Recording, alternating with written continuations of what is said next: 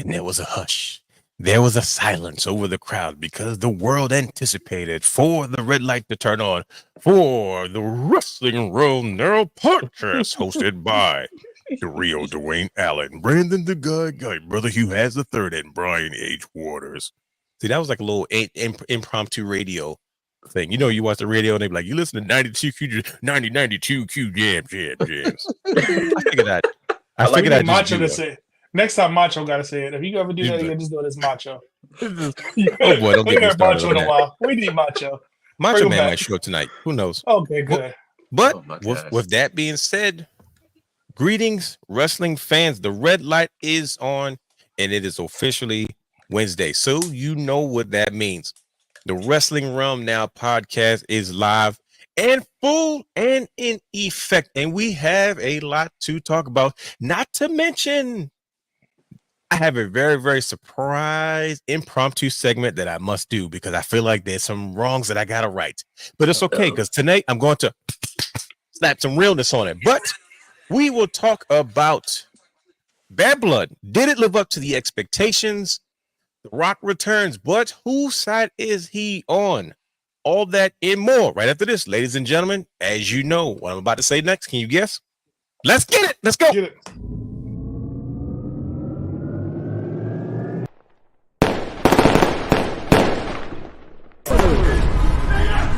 Houston, we have a problem. Yes!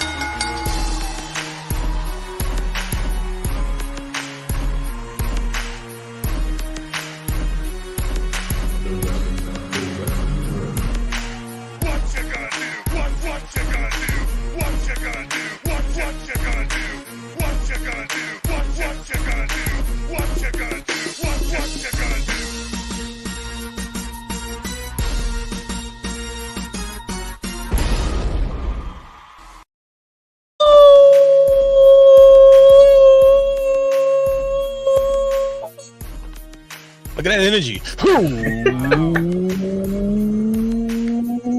Welcome to the Wrestling Round Now podcast, where we take a deep dive into the world of professional wrestling. Now, I am your host, the realness himself, the real Dwayne Allen, in the building live and in living color. He is your host, Brother Hugh has the third, super producer, A to the A to the S, T to the H to the E, 3 to the R to the D, in the building tonight. And he is your host, the creator, the founder, the curator of championship culture. Not just any guy, but the guy, the belt guy, Brandon the Guy, in the building tonight. And he is your host, the founder, the creator, Mr. Steal Your Show. He was once a face, but now he's a heel. Brian H. Waters in the building. And welcome to the Wrestling Realm Now podcast. Gentlemen, we're back. It's Wednesday. We're here to do a good service to the wrestling fans. How are we all doing today? How's everybody feeling? Last week was a little rough. We had a bit of a baseball situation going, in the start of the MLB playoffs. But this week it's been a lot going on this week. A lot of good wrestling, a lot to talk about tonight with Bad Blood, The Rock returning, and so much more. But how are you brothers doing today? Come on now, talk to your boy. You guys look good. I'm fine. I'm great. I'm chilling. I'm so happy to be here. Enjoying myself, right? So happy to be here. Because, everybody has a story. That's all I'm going to say. Right. Oh, boy. Every belt has a story. Because every belt has a story. If you do not know, we have added something so spectacular to the Wrestling Realm brand that it has taken the IWC, which is the Internet Wrestling Community, for those who may not be familiar with our jargon, to the next level, and that is championship culture. That's right, the new show, the one that is leading the charge in everything championship related. Every Tuesday, 8 p.m. on youtube.com/the Wrestling Realm, you can find Brandon the Guy and super producer Brother Hugh has the third, while they break it all down. No pun intended. And if you're not exactly sure what I'm referring to, take a look at this.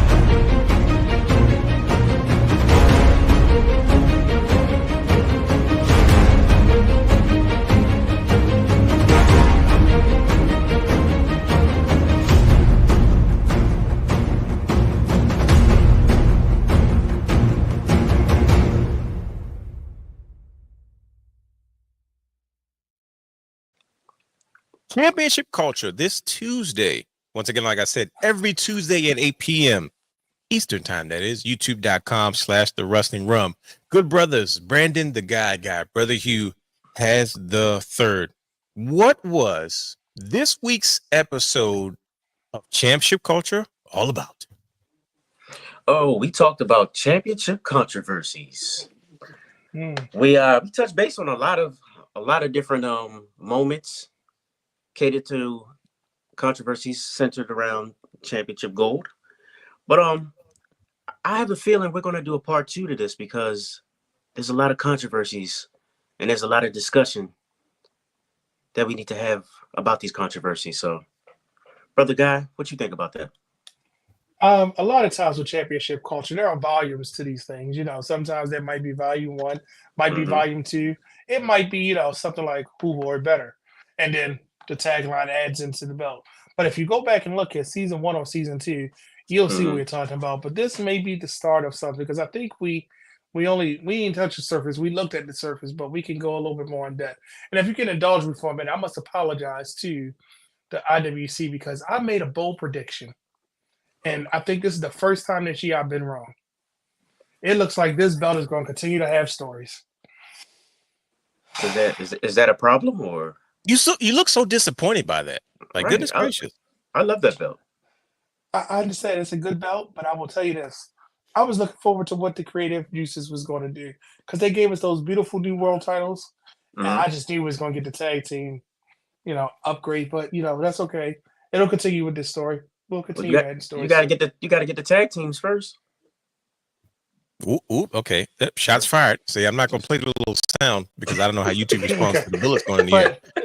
So stay tuned because you might see volume 2 or the Hogan edition. The Hogan edition. Yeah. He has all of the championship controversies. A lot of them are sitting around WCW, but we're gonna get into that a little later. But that's the Brian H edition. The Hollywood edition, you mean? Right. So, yes, sir. That's what Championship Culture was last Tuesday. But if you want to check out a new episode, check it out on Tuesday. There'll be a special guest, hint. But I know the people love because every time we have this guest, I'm gonna leave it at that.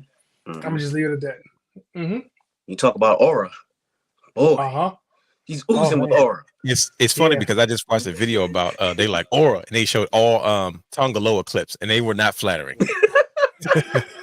Did you see the one with him against the cage like this? That's the funniest one. That is the funniest one. Sorry. He's getting famous for all the wrong reasons. But every week when Championship Culture shows up, every Tuesday at 8 p.m. on youtube.com/the Wrestling Rum, they do a show. And there's one of two things that's most likely going to happen. Either I'm going to find my way to the show, and if I can't be a part of the show, I usually slide into the chat somewhere, and I begin to disrupt because I'm very opinionated, and I got some things to say, too, about Championship Culture. But that is exactly why each week after we do Championship Culture and we start this show, I have a follow-up. And it's usually because I've got notes.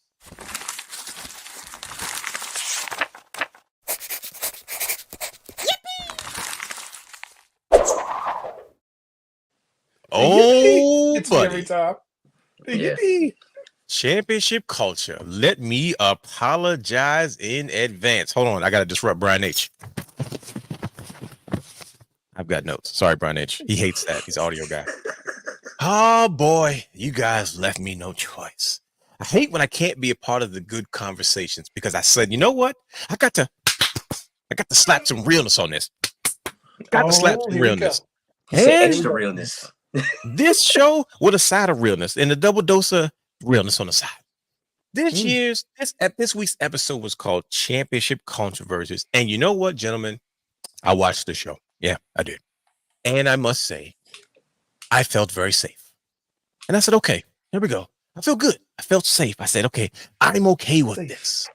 I don't feel like I've been rattled. But as the realness once told you all before, I said, I'm going to push Championship Culture the same way Vince McMahon said, I'm going to rule my own creation. I'm going to inject the NWO. I said, you know what? I'm going to push Championship Culture. And There's volume 1s, there's volume 2s, and sometimes there's just volume reels. There's a lot left to be said. Now, usually when I have notes, I usually break down some things and some subjects and some topics that happen on the show. But tonight is going to be a very, very special segment because I am going to include myself in yesterday's show. That's right. I'm taking yesterday's show and I'm bringing it here today. So before we get into Bad Blood, before we get into The Rock returning and us finding out exactly whose side is he on, we are going to take a trip back to Tuesday and we are going to talk about championship controversies. Now indulge me for a minute because I got to set the tone. Now, when I heard the name championship controversies, right? I said, oh boy. I've seen many situations and many commercials of Dark Side of the Ring, and I thought we were going to go to a dark place. I thought we were going to go deeper. And I said, wait a minute. Realness. They haven't tapped into some of the most controversial moments in championship history. And I said, I've got notes. I've got to write this down. I've got to bring this to the show. I've got to bring this to the forefront. So when I think of championship controversies, I think about the Iron Sheik ending Bob Backlund, the All-American Pro Wrestler, 2,135-day streak to become the first and the only Iranian WWF champion in history on December 26, 1983, the day after Christmas in Madison Square Garden, the heart and soul of the United States in New York City. But not only did I say to myself, realness, we just can't talk about why it was controversial. We got to talk about what came from that controversy. Things are born from controversy. And what was born from this moment, gentlemen? Hulkamania. We all know what happened next with the Iron Sheik. And guess what? Hulkamania gave birth to pro wrestling as we know it. But I said, no, realness, I feel it. I feel it in my bones. It has to keep going. Dusty Rhodes, wrestling for the Worldwide Wrestling Federation, main eventing against superstar Billy Graham all over the country. But this one time, in Madison Square Garden, he defeats the WWF champion, superstar Billy Graham, via countout, and a crazy celebration ensues, and the fans go wild. Only for them to have to take a step back and realize the championship cannot change via countout. And you say, well, why was it so controversial in Madison Square Garden during this time? It's because everybody knows Dusty Rhodes would eventually move on to go down south to Jim Crockett's promotions. But what was born from this situation? The story of Cody Rhodes, our undisputed WWE champion. And I said, really, you got to keep going. It doesn't have to end here. And I said, let's go more controversial. Over Brazil. Over Brazil was the first African American NWA champion. He defeated Nature Boy Buddy Roberts on October 18th, 1962. But he refused to accept the title. Why? It's because Nature Boy Buddy Rogers claimed that there was an injury that ensued, only for the doctors to confirm that he was completely lying and that injury was not true. And the day after, he was awarded with the NWA World Heavyweight Champion. But that's not where the controversy lies. That's where it goes. This championship reign was never acknowledged by the National Wrestling Alliance. In the history industry, Bobo Brazil was the first African-American world champion. And not only was the first African-American world champion, he was the very first African-American to main event Madison Square Garden against Bruno Sammartino for the Worldwide Wrestling Federation champion. He was the first black main event superstar in the world. And you say, yes, that's so controversial. Why was he never? Why haven't the record changed? And what was birthed from it? An entire generation of pro wrestling black athletes that came up through the year. And we dig to one of the most controversial moments, so controversial that it's on Dark Side of the Ring. Hollywood Hogan, versus Jeff Jarrett at WCW. That's at the beat 2000. When Jeff Jarrett laid flat in the ring, he refused to have a full wrestling match with Hollywood Hogan. He just laid there, and Hogan put his foot on him. He counted 1, he counted 2, he counted 3, and he walks out the building. Only for us to find out years later, this was all a storyline. Only to find out that guess what? Russo swerved the situation. He went there. Jeff Jarrett later defended that championship against Booker T in the main event, where Booker T will become the WCW World Heavyweight Champion. And you say, well, what was birthed in this controversy? Realness, I'll tell you. I'm glad you asked. The ultimate demise of WCW, a Hogan lawsuit against Turner Sports, and a Booker T well-deserved world title reign. We got to keep going because WCW and the WWF and the NWA were not the only pieces of controversy. TNA Wrestling Victory Road 2011, Sting versus Jeff Hardy. Jeff Hardy was struggling with substance abuse, and the finish of the match had to be changed at the last minute, where instead of wrestling the match the way they intended to, they had to go immediately to the finish, which put a black eye on the stain of TNA's wrestling history. And we had to go to one of the most important moments that you all named. It was the first thing you talked about, Brother Guy, on this episode. Shane Douglas throwing down the NWA World Heavyweight Championships and claimed himself to be the ECW champion. Now, besides the obvious, let's make this moment controversial. I'll tell you what happened. One thing you said, Brother Guy, said, oh, wait a minute, Brother Guy got it wrong. It wasn't true. The NWA Championship was not prestigious in 1994. In 1994, the NWA was being put on, and the championship was defended in bingo halls in high school gyms. It's because Jim Cocker Promotions, long bought by Turner, and WCW was alive and well. So it was just remnants left over of a promotion, of lineage that was starting to become of somebody else's history. Now you say to yourself, well, what's the big deal about that? It's simple.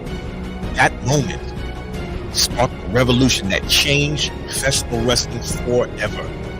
It gave birth to Extreme Championship Wrestling, which would in turn lead us to the Attitude Era, which would in turn lead us to the Monday Night Wars. I'm almost there, gentlemen. What was birthed from it? Cruiserweight, stateside. We have never seen Libra in the United States. When we first saw it in ECW, they were stolen by WCW, and it was adapted by WWF. We got the Monday Night Wars. We got the biggest battle between the stars that made their names in ECW and with the WCW, and the war ensued. It gave us the Attitude Era. It showed that wrestling can be violent, it can be gore, it can be sexual, and highly successful. It gave us hardcore wrestling, not only in Mexico and not only in Japan, but in the United States of America. It gave us a completely new style of professional wrestling. Alundra Breeze dropping the WWF Women's Championship in the trash can live on TV. This move from WCW was the final nail in the coffin for the entire women's division in the World Wrestling Federation that would not be revived until Sable and Jacqueline began to wrestle in the ring. The final one, the one that can't go without saying, the Montreal Screwjob. Need I say more? We have Survivor Series showing up in Vancouver in just a month. And guess what? What was born from the Montreal Screwjob? Mr. McMahon character, the end of Bret Hart's career eventually, the Attitude Era, the Shawn Michaels redemption story, and Stone Cold Steve Austin. So you had to forgive me, gentlemen. I heard the title, Championship Controversy. I said, ooh, I can get a piece of this. Now, shout out to you guys, as well as my good friend, Randy freaking Savage, who joined you on the show. But in this very special edition of I've Got Notes, I just felt the need to, be a part of the show just a little bit. So there you have it. Ladies and gentlemen, Championship Controversy. Ooh, yeah. And if you want to see what was said on that show, head over to youtube.com/wrestling realm. Playlist Championship Culture. Watch that episode along with the other episodes in season 3, season 2, and season 1. Not to mention that very fun Christmas bonus episode. I don't have the graphic. How your music more epic than our music? That's all I'm gonna say. No, more epic music. I loved it. Listen to me. I'm gonna tell you why it's you guys' fault. It's because you guys. You know what vibe I was going for? I was going for Dark Side of the Ring. I said, what would Dark Side of the Ring sound like? He said, championship controversy. So like this Vince McMahon voice started coming out in the depth of the realness along with the music. It just seemed like it was appropriate, but that was just my 2 cents. Now I know it was lengthy, but I got excited. Hey, it was perfect. It was necessary. Okay, yeah, but this is some. I dug deep. Don't you guys think this is pretty deep? Especially Bobo Brazil. That one always didn't bother me. Like I figured, okay, there was always this asterisk next to his name, but it's 1962. It's a lot going on. No, it's okay. But yeah, so that was my chance to be a part of the show. Like I said, I missed it live, so I couldn't do all that in the comments, which I probably would have, but I didn't. I would have. I was on the move, but it's okay because, like I said, you got volume 1, you got volume 2, and then you got volume real. So, with that being said, gentlemen, let's not waste any time. Brian H., let's start the show. Which one of these? And there it is. The bell has rung, and we are here to talk about Bad Blood. We're going to talk about the fallout from the show. Was the show worth it? Was it good? Did it deliver? But most importantly, we got to highlight the end of the show. We have to talk about this man, Dwayne "The Rock" Johnson, chairman of the board. He's not the chairman, but I call him that. He made his triumphant return to the WWE, and some things happened. Well, we have to get into all that and more. But let's just keep it real simple from the very top. Good brothers, did you guys enjoy? Did you guys enjoy Bad Blood this year? Did it deliver? Did it hold its weight? Did it do what it was supposed to do? Bad Blood held its weight. Great show. Me and brother Hugh was at homecoming, and it was a little bit of blocking going on there, but don't get me mad again, just because I trying to get over it. I heard what happened. It's not okay.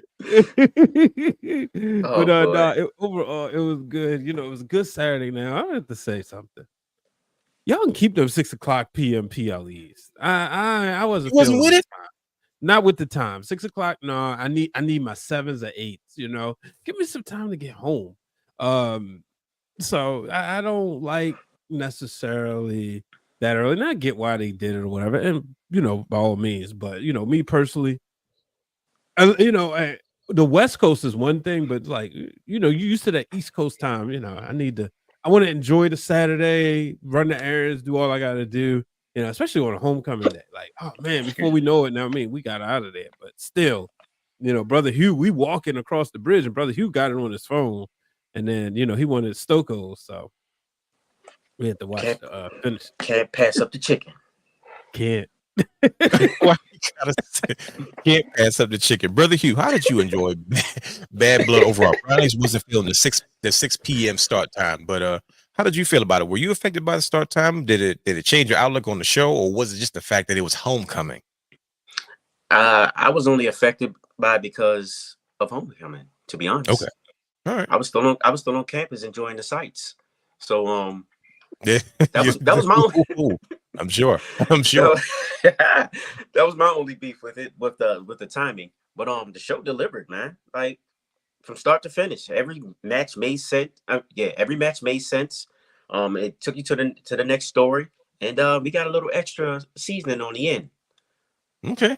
All right. So, listen, we're going to get into that extra season, and I can't wait because this is pretty much what we're going to talk about for the most part. How about you, brother Guy? Did you enjoy Bad Blood? Did you enjoy the show overall? I definitely enjoyed the show. I feel like Triple H has showed us that we can probably stop saying B-level pay-per-views and just enjoy the big four and the others, because this definitely was an enjoyable pay-per-view from start to finish. And I think you said in the chat, I feel like all the matches had time, but I feel like, they're over. You get what I'm saying? Like, it felt like it was like, that's it. Like, I'd have been okay with a little bit longer, but it was like, none of them felt rushed. None of them felt like their time was cut. Everything just felt like it was a good part of a story that we needed, whether it be the end of some stories, and I know we'll get to it in the individual, or if it's just a continuation of a story, or it was just it's set in a perfect space. I can see myself going back and watching some of these matches over again. But overall, If I had to give it out of 10, I'd probably give it a 9 out of 10. No, and I think that's the biggest thing is when anytime you watch something and you feel like you can go back and say, you know what, I think I'll watch that again. That means you've got enough wrestling, you've got enough entertainment, and you've got enough moments that you would like to continue to revisit. But part of that that whole aspect of Bad Blood, the show overall was an excellent show. But you know who also did an excellent job? These guys right here. Brian H and Brother Hugh did a special edition of Break It Down with Brian H. Well, they did a post show. And if you want to get a full breakdown of everything that was discussed based off this PLE and Bad Blood 2024, head over to youtube.com and the video should be up and live and ready to go. So do you have it under a particular playlist, Brian H? Yeah, the Break It Down with Brian H playlist. Okay. And they gave you cliff notes. Yeah, they did. They gave you cliff notes. So if you don't want to watch the whole thing, just watch the shorts. I made that very clear. And like I said, there was a lot of matches, and we don't have time to get into everything. But there was, like I said, there was a lot to get into. There was a lot to watch. But like I said, one of the things that we do every week is we always get ourselves ready for this particular show. Is we kind of just chat it up and figure out, what did you watch? So we have a segment literally called "What Did You Watch?" Once again, where we take the time to say, hey, we watch Bad Blood, we watch all types of things. And what it does is that gets our minds in a space where now we're like putting puzzle pieces together. And sometimes we watch other pieces of things and other wrestling things to get us ready for this show. So I present to you all, if those who are not familiar with the show, is What Did You Watch? Sponsored by SeatGeek. If you're looking to purchase tickets to concerts, live shows, sporting events, and more, head over to SeatGeek.com where you can use our promo code Wrestling Realm for any one-time purchase of $50 or more. That's promo code Wrestling Realm on any one-time purchase of $50 or more. Good brothers, what did you watch? First of all, I'm gonna address a comment. Okay. Brother Drew Willingham mentioned that I need a hat on. I do have a hat for you. I'm gonna put this hat on for you real quick, right? You know what I'm saying? Okay. He chooses we definitely gonna throw that on real quick, right? Yeah. We're gonna throw that on. Violence. And we gonna see this mess? You see that? I don't want that. Right? What did I watch? I watched of course, just Bad Blood this weekend, so I had to go back and watch the original. You know what I'm saying? I had to go back and watch that. I had to go back and watch that Hell in a Cell match. You know what? My guy Kane debuted, and it's Kane. Man, it was even more special just watching it again, bro. It's been years since I've seen it, but I can tell by the excitement in your face right now. Like it gave me chills, bro. I can tell. It gave me chills. I was like, what? Oh my gosh. But yeah, there's a lot of times I wish you were sitting next to me in life. But in what was it? Cleveland. That's where SummerSlam was, right? Yeah, Cleveland. Yeah. And I was sitting in there editing, and this dude walked in the room looking for where him and Undertaker and Shawn Michaels supposed to do like a rewatch, and he was like, "I'm sorry, I don't know where we're going." And I was like, "Do y'all need this room?" And I was thinking, like, "Yo, brother Hugh would be in heaven right now." Yes. Right next to his mind, like, that's gotta be Kane. Fun fact, y'all know that Vince redid that recording? Yeah. There you go. You and your boys. This is this is exactly why Pritchard called you guys out. Y'all killing my childhood. Yo, like if you go back, because here's the crazy part. When they did the what was that? The Untold, the WWE Untold, the original is on that one. Like when this Kane. That's Kane. And he was like, he didn't like it apparently. So he redid that's gotta be Kane. That's gotta be Kane. And that's the one that's on all the like the DVDs, the packages, everything. Yeah, but they forgot to do it on that one. Oh, see, this is exactly why. Who I don't care if it's Shoemaker or Melter or whoever it is. I was pissed. Yo, brother guy, what did you watch this week? He was not happy. I said, "Dang, why you call my man out?" But what did you watch, sir? Who was it for? Was that for me? It was for you, brother guy.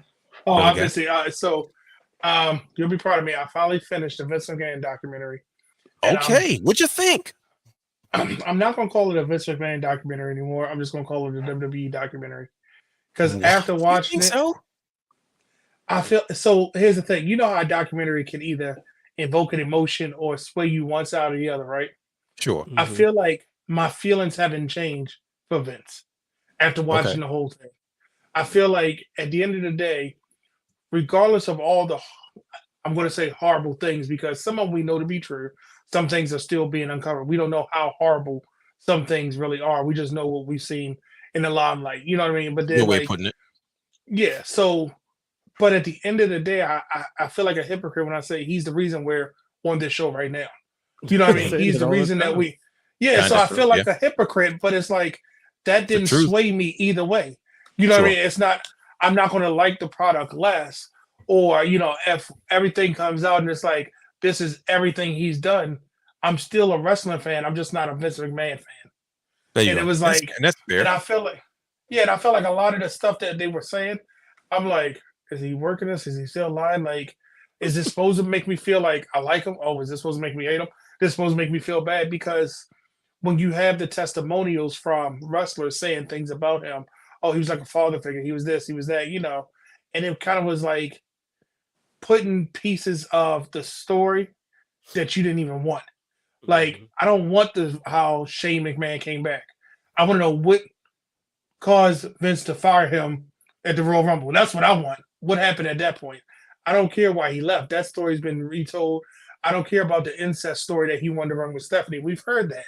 Mhm. That doesn't sway my opinion about him. It was like, I kept waiting for the gut punch, or I was waiting for the feel good moment, and I never got it. And I just felt like it Mm. was a WWE documentary to this point. So that way, when Triple H has been recording every single thing, he's doing documentaries. So, like for instance, the Damian Priest documentary made me like him more.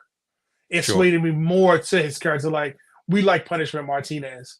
You know what I mean? Now, were we going out buying Punishment Martinez shirts? No, No. but after the Damian Priest documentary, we might look twice at a Damian Priest shirt. You get what I'm saying? So I was kind of hoping it would have swayed me after I finished it to say, oh, I don't like this guy, or oh, he's not a Yeah. bad guy. Oh, I feel bad. I didn't feel anything different. I just felt like it was a WWE documentary. Here's my tidbit. Here's my tidbit on that. And I'm going to ask you a key question that I asked Brian H. and that I asked Brother Hugh. And I gave my opinion on as well, maybe last week or a week or two ago. Mhm.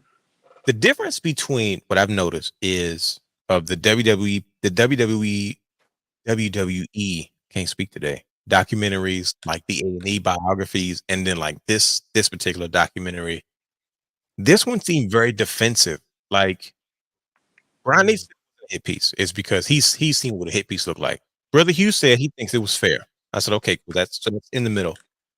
I watched the original McMahon, the original McMahon DVD. You guys remember that DVD from years ago? Yeah. It was Yeah. it was half Mr. McMahon, character versus half Vince McMahon. Like that DVD, as old as it is, and it was so under the radar. I felt like Mhm. did an amazing job of telling you the difference between who Vince McMahon is as an individual and then Vince McMahon, Mr. McMahon, the character. Now, I'm not speaking on his personal affairs and nothing of the such, Right. but I'm referring to just that aspect of it all. And WWE has these feel good moments where it starts. It's like Disney World. It's meant to take you on a ride. It takes you through conflict, resolution, and then happy ending, right? And this piece seemed very, very like, woof. He seemed always like on the defense about everything, and I was like, dang, why does he? It seemed like, and I'm not saying it meant to be this way, and I'm not saying it started out this way, but it seemed like when it was all said and done, they were like trying to like prove that you're not this person that everybody says you are.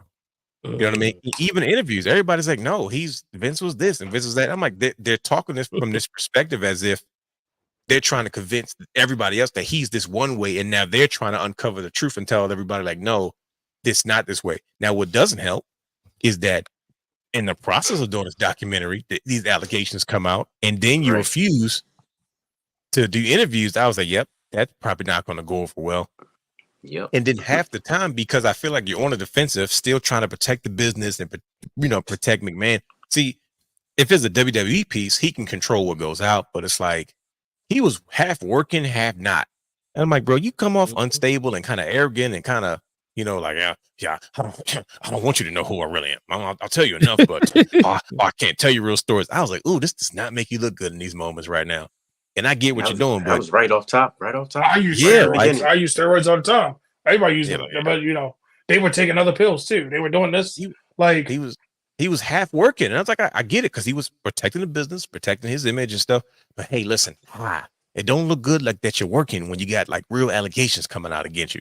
Now it's probably time to pull back the curtain a little bit. But like I said, at that point, he probably was advised, don't do any interviews, because you don't want somebody to cut up what you're saying, and whatever the case may be. So it's interesting. Did you think it was fair?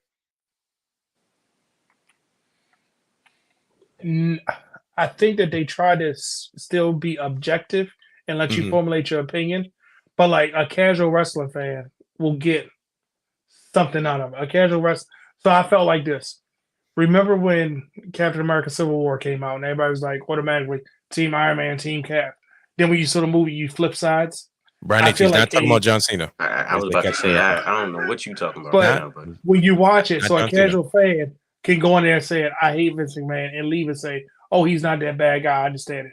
Or vice versa. They can go in there and say, oh, I really like Vince McMahon. Then leave and say, oh my God, he's a horrible individual. Look what he's done to the business. For a casual fan, for the people that understand, that's been around wrestling and actually studied it, paid attention, comb through those dirt sheets and know what's real and what's not. It wasn't fair. It was like, let me show him in a way that you can formulate an opinion. It didn't sway my opinion. Okay. So I say it's fair in that sense, but it wasn't. I wanted some more grit. You know what I mean? Like I wanted to be able to say, you want a dark side. That's what you want. He wants a dark side of the ring. No, because I think dark side is too dark. I think dark side makes me. The couple episodes I watched, I felt like, oh my God, somebody need to go hug this person. Like it just made you feel like, oh wow, like good gosh, like it's the storytelling, the everything about dark side just makes you feel like, man, this is bad. But the plane ride from hell episode, I heard that same exact story told through the what was the WWE cartoon they were showing the network? Yeah, that was you heard it in a funny way. They told it in a funny way. Listen, they told the same thing. Ric Flair made it very clear. Yes, I was drunk, I was naked, I was flashing women, and it was through cartoon, and I got a kick out. These guys are silly wrestlers, they play too much. And then Darkseid came out, and you see this young lady just traumatized. I was like, I feel like a terrible human being. Exactly. Maybe I shouldn't think this is funny. And I was like, this is not funny. This is somebody's life is messed up. Tommy Dreamer. Yep. Yeah.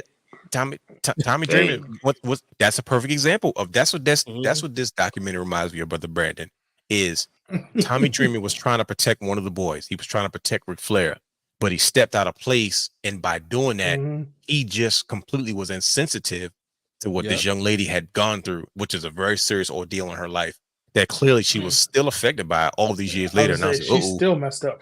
Yeah, and Dreamer had to take a leave of absence from being an active wrestler, and he now pretty much works behind the scenes in TNA. But I was like, oof, like, and I'm sure he was probably like respected by the boys. Like you took one for the Nature Boy. You know what I mean? Like you'll always have our respect. But that's amongst the boys. But in the public eye, we don't live in the real. This isn't the real world amongst the fellas in the locker room. But we don't live in the locker room. We got to leave the locker room and go back out there. So right, touchy. Yeah. Brian H, what did you watch this week, sir? Man, for nostalgia freaks, because actually right now I got on No Mercy 2000. It's it's that October-ish, so I like to throw in sometimes around the time. Actually, 2001. Is that a good October pay-per-view to watch? Because I feel like I know where you're going, but I like that too. Like when certain times of years come, I want to watch something that gives me. So is that a good one to watch? Yeah, because this had the Edge and Christian ladder match, and it also had the underrated triple threat match for the world title, WWE title, which was RVD, Stone Cold, and Kurt Angle. And then obviously this was the night Chris Jericho won the big one for the first time. So yeah, this was heard that, Brandon? He's trying not to smile. Won the big one. I didn't say the Jericho reference. When Brother Brandon was in college, and I'm almost certain he called me after this happened, because Jericho finally won the big one. How did the phone call go? Brother Hugh's face. Shut up, So Hugh. Shut up, Hugh. Just yes. let the man yes. talk. Hold on. Let me do it, Brother Hugh just did. Yes, Brian H. How did the phone call go? You heard it too, right? You see everything change, right? Everything just demeanor said, Brett, how did the phone call go, Brian? Me too. I mean, you remember this. The more you try to embarrass me, I was there when you met Dolph Ziggler. So keep on. It's all good. It's all good. Keep on. Everybody look, I put it out there myself. Everybody knew I screamed like a little girl when Dolph Ziggler shook my hand. Okay. He ain't never made that sound before in his life. I still haven't watched it. Like this. Still haven't watched it. Whoa, brother. Whoa, brother. You know.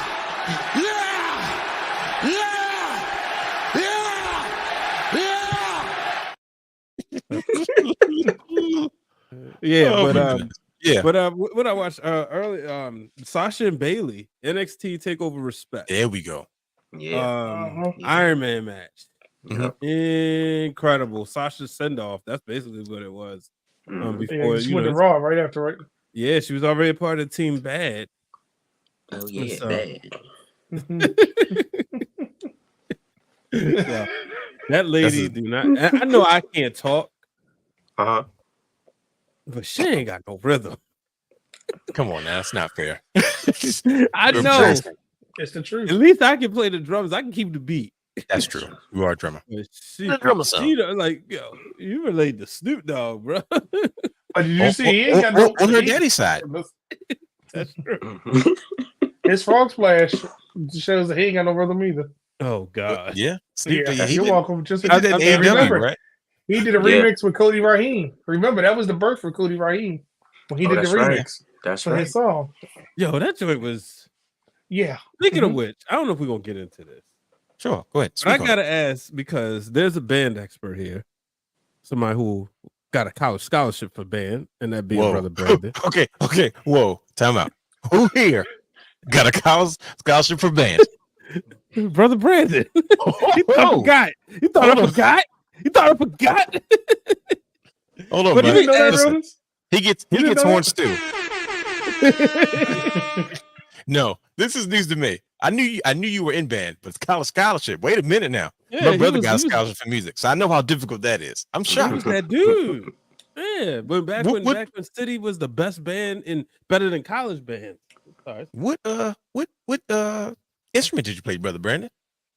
So my primary instrument is a baritone. Please tell me it was a tuba. Okay. No, it's a baritone. Of course, because every big guy plays a tuba. And my primary instrument is a baritone sax, but for marching band, I had to play alto saxophone. Wait a minute. Why do you time? I'm sorry. I don't mean to divulge from this, Brian H, but we've dug down a rabbit hole. We got to figure this out. Why did you sound so offended by going from tenor sax? Was it tenor sax to alto sax?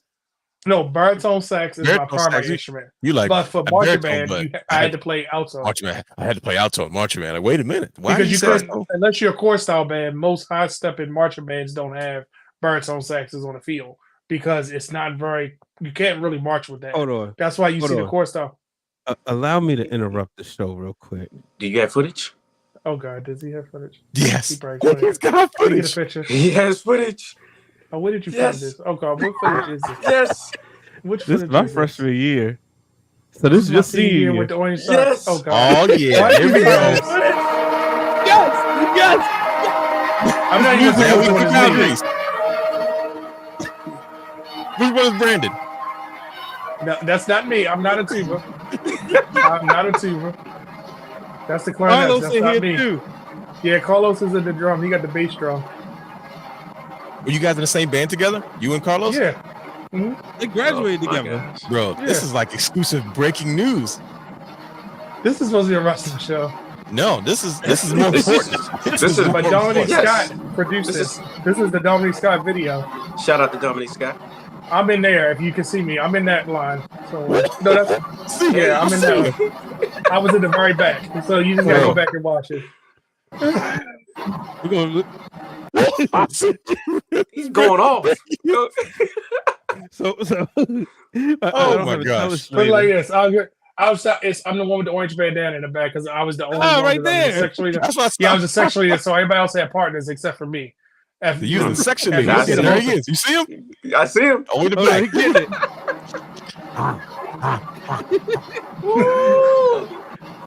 But a lot of times, if you watch any of the City Poly games, and you're not the first person to step off in the end zone, it usually was me. Of course.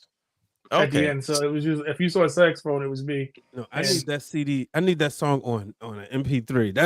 That is a crucial song to my. Look, high school wasn't that great, but that song right there.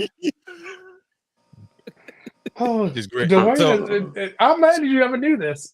So no, I knew you were in the band, but it's not something that comes up. So it makes much sense now. So that means you would have appreciation for hearing this. Oh no.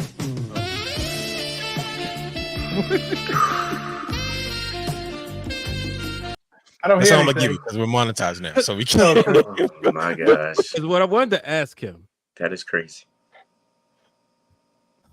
The University of Arkansas Pine Bluff. Here we go. Your thoughts on the University of Arkansas Pine Bluff playing Cody's song? Brother Brother Hugh and Brian H talked about this on the post show, but now that we have a resident band expert, for goodness sake, right. with us, we can take this to a different level. But it came to mind. I was like, wait a minute. That's right. I already talked to Carlos. He sent me his rating through text. But I was like, I gotta ask Brandon this. I felt so bad for him because terrible. the band wasn't positioned to be able to play. And if you look at, like, this is some insider stuff. The band director and the drum major were on the same side. So that left three sides that couldn't see anything. And to try to match up live music and band music is so hard because the way that you write the music is not always the way that it's portrayed in the song because you have to write it to fit an arrangement. And with Cody Rhodes' entrance, it works for a band that's playing it by itself, which we've seen in the stands. But if you got to take your cues from somebody that you can't see, and you're like, wait a minute, and then how sound travels, sometimes, and Brian will tell you, like, if certain people aren't in sync, it's going to throw everything off. So you could tell it was uh-oh, what happened? Somebody's audio's not right. Somebody's not giving them direction because if I can't see the drum major or the band director, I'm like, what are we doing? If I don't see the signal and I hear it, by the time I hear it, I'm like, oh, catch up. This is what we're doing. So it was definitely a sad thing that was the way they portrayed because they're a decent band. Don't get me wrong. It's just that a ring, if all of them would have been facing the correct way, but they wanted the sound to face out, that's why they all had their for the other three sides. Makes sense. So would it have been better if they was in the stadium? Yes, if you would have been in the stadium, and then they could all angled. Remember Bianca Belair did that's who it was. It was Bianca Belair. Yeah, and they were all facing one way, so they could one direction. Yeah, that makes sense. And that way, the sound was projected out. But this time, when they on a square and only one side, you could see when to start playing. And think about it: if somebody's behind me, start playing. Oh shoot, we're supposed to be playing. Or I might have my instrument down. They're like, oh, we're supposed to be playing because I hear them. Or you can't hear the count off because Cody's music is playing. You're like, all right, when do I come in at this point? So it was like if they would have had monitors or something, or I don't want to say more rehearsal because anything could happen in rehearsal. And Brian, like, you'll rehearse it perfectly 100 times, and something goes wrong with the play button or somebody starts, you're like, oh, we missed it. Where's our cue? So I felt bad for them because it was a good moment for them to have, but that arena wasn't really set up for that. Man, got sounds bouncing everywhere. Yeah, yeah, and nothing to absorb the sound but people in a small arena, especially when your sound is going every way, because that's why a lot of times the home team plays to the home team because the sound is going that way. That's why a lot of times when you watch halftime shows for the bands, they're facing whoever their team is. Their crowd. Because once you start doing other things, like you look at certain drills, the sound just goes everywhere. And if the sound's coming back to you, you're like, wait a minute, what beat up? Hold on, am I wrong? You'll question yourself. Be like, hold on, something's not right. So, wow. The more you know. Good freaking catch. Resident band expert to give us this expertise stuff, man. It's just incredible. Well, you get right here at the wrestling room. Listen, because everybody, I'm just saying, like, I'm just looking at them like, man, was the guy so hyped? Because I'm gonna be honest with you, when I first heard it in the crowd, I wasn't that impressed by it. But I was like, okay, that's nice. He's a fan, a wrestling fan. Shout out to Queen PR. She actually talked to the director when they first dropped it for WWE Meets Pop Culture, and he was saying that he's a huge wrestling fan, and hence that's the reason why they was able to do the song. But I was like, maybe it would, Bianca's was it didn't catch, but it fell in sync when she came out, and now that with the guy's expertise, I'm understanding the reason why that worked. While she was able to walk out and they played over top of the music, right? It was all in sync. And I'm thinking, while we watching this, I said, all right, maybe once Cody comes out, and I'm like, is it because of the rock and roll? So I was like, wait, but maybe I was like, because I know they want to sing. So you gotta have you gotta have Kingdom so Atlanta can sing of all people. Of course. It still didn't like. And one thing could have fixed it if you would have had the dancers around the ring and all the instrumentalists facing Cody. So that way, if they would have all been facing Cody, as though the band director could have been up there. So when Cody came out, the focal point would have been, oh, look at the director, and then put the drum major on the opposite side so he could still see the director and still direct people. So either way, you're going to look one way or the other to split the sound that way instead of trying to split the sound 4 different ways. Well, here's my question, expert band guy. Why didn't they put the band at the entrance, like when you first come out, like they usually do when they do the orchestra? Because you had two. Because think about it. Come on, Mr. TV guy, you had 2 different things that you had to set up at one time. So this is where they're going to go. You're right. Yeah, because Roman, the orchestra came on right behind him. Right. That's why I said because if the band could have got off to the side, if they would have just put them on the front side or put the dancers down there, because then once he got finished, Cody could have gotten the ring. They could have been still playing because they're a marching band. They could have been marching out playing for the orchestra to come in. But if you would have put them on the ramp, there probably would have been much confusion trying to get all those instruments for the one lady not even playing. You saw that? That's crazy. She was going off too, boy. I'm like, so I was like, watching night 2 at the hotel bar in Philly, right? Mega Ran comes up to me. Isn't that your favorite city? Next to Baltimore?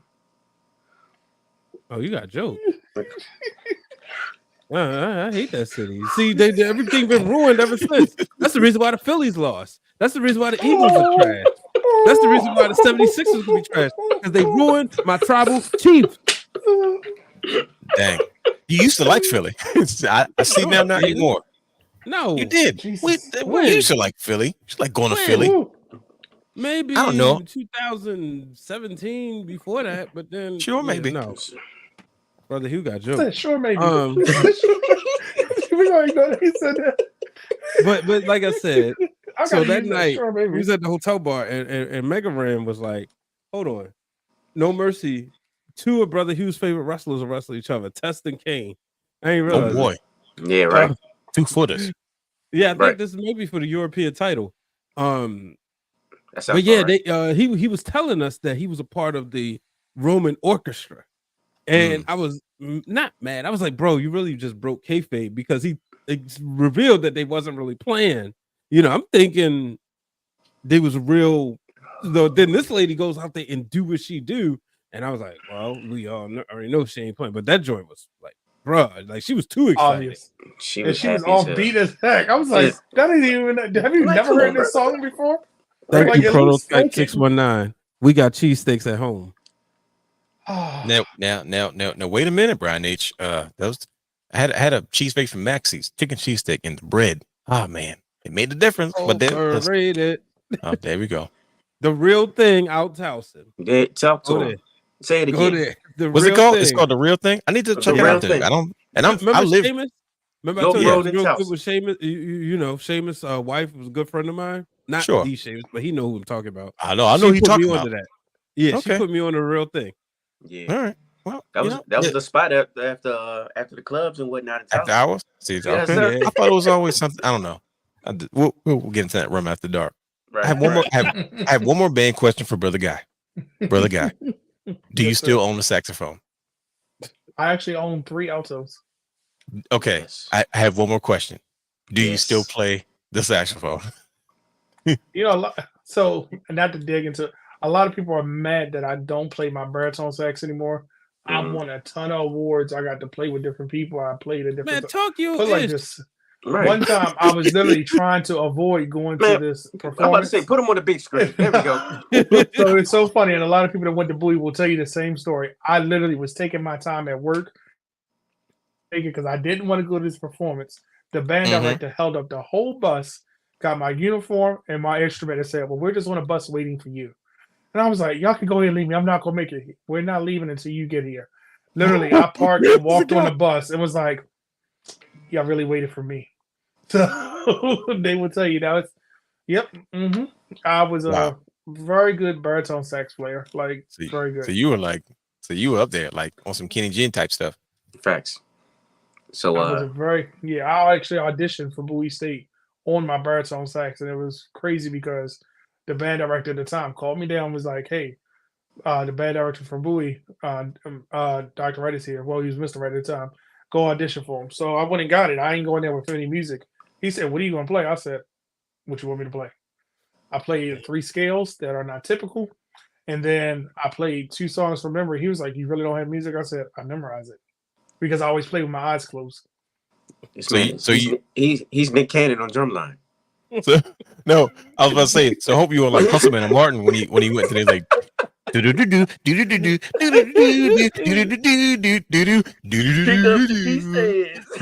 pieces.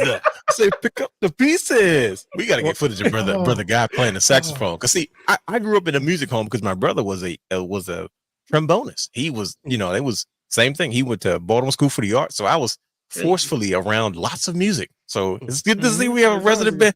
Thank you, Brian H. Because at the end of the day, now this means so much more to me now because I know we have a resident saxophonist. Look at it. What? He's bobbing on his own. Oh, with that being said, thank you, Brian H. When is the concert? We gotta figure. First of all, Brian H. used to do this thing where he did a video. And Brian, is this video still on YouTube? The one you did with the drums, where he played drums along? No, we would have got popped. They on Twitter, and they on TikTok. They on my TikTok. Okay, so Brian H. did a video, and he had a playlist of his favorite wrestling songs, and he was letting it rip. Did you do Gangrel? Did you do the Brood? No, yo. Okay, he didn't do the Brood. I don't know. I don't remember. I wish. Yeah. Okay, so what do you remember? What songs you did? This completely took a whole different life of its own. Now that we know this information about brother guy. What do you remember? What songs you did, Brian H? I know I did DX. Mm-hmm. Okay, your brother, you said DX. For some reason, Ronda Rousey. She was out at the time. I might not have published that one, but I we don't call it Ronda Rousey. It was a bad reputation. Let's just call it. Matter of fact, you know what? He's gonna find it. Brian H. He said, "Screw it." Okay. Here's what I suggest, brother Brandon. If you have the time, I need you to pick your favorite wrestling song, at least 2. There it is. Look. Look at Brian H. Oh, that's no hair, Brian. Right. What years is Brian H? 2018. 2018. Look at him. Look at him boogieing. Look at the joy. Brother guy, you have got to do one. You have got to do one. I'm sorry. Oh, brother God. If you could pick one wrestling song that you would play the baritone sax to, please tell me what song would it be? There's got to be one. Whatever it is, I need to hear any wrestling song with saxophone music. So that's just okay.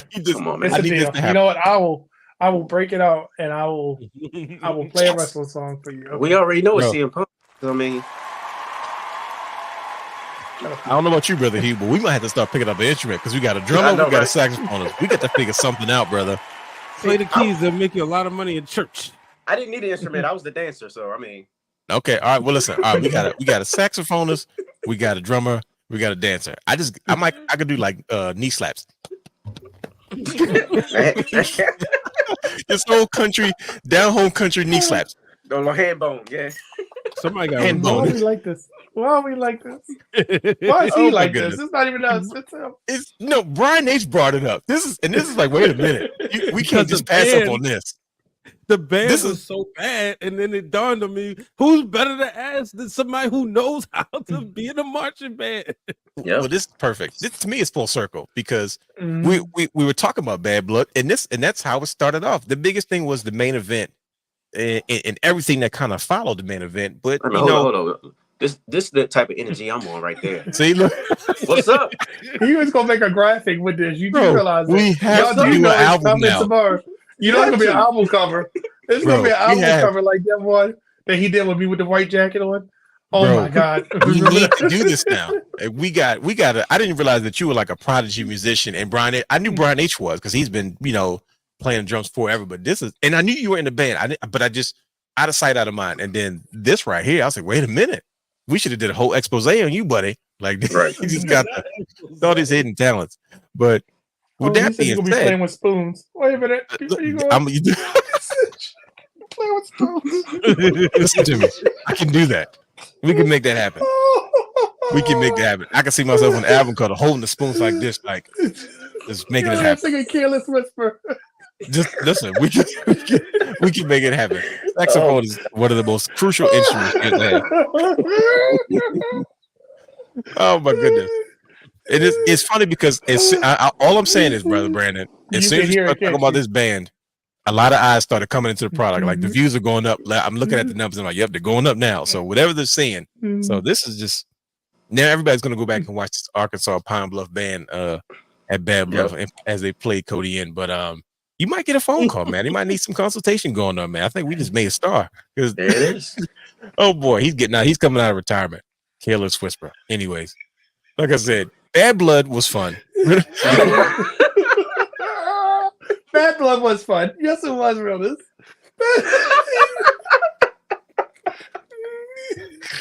Oh boy, you Justin is hilarious.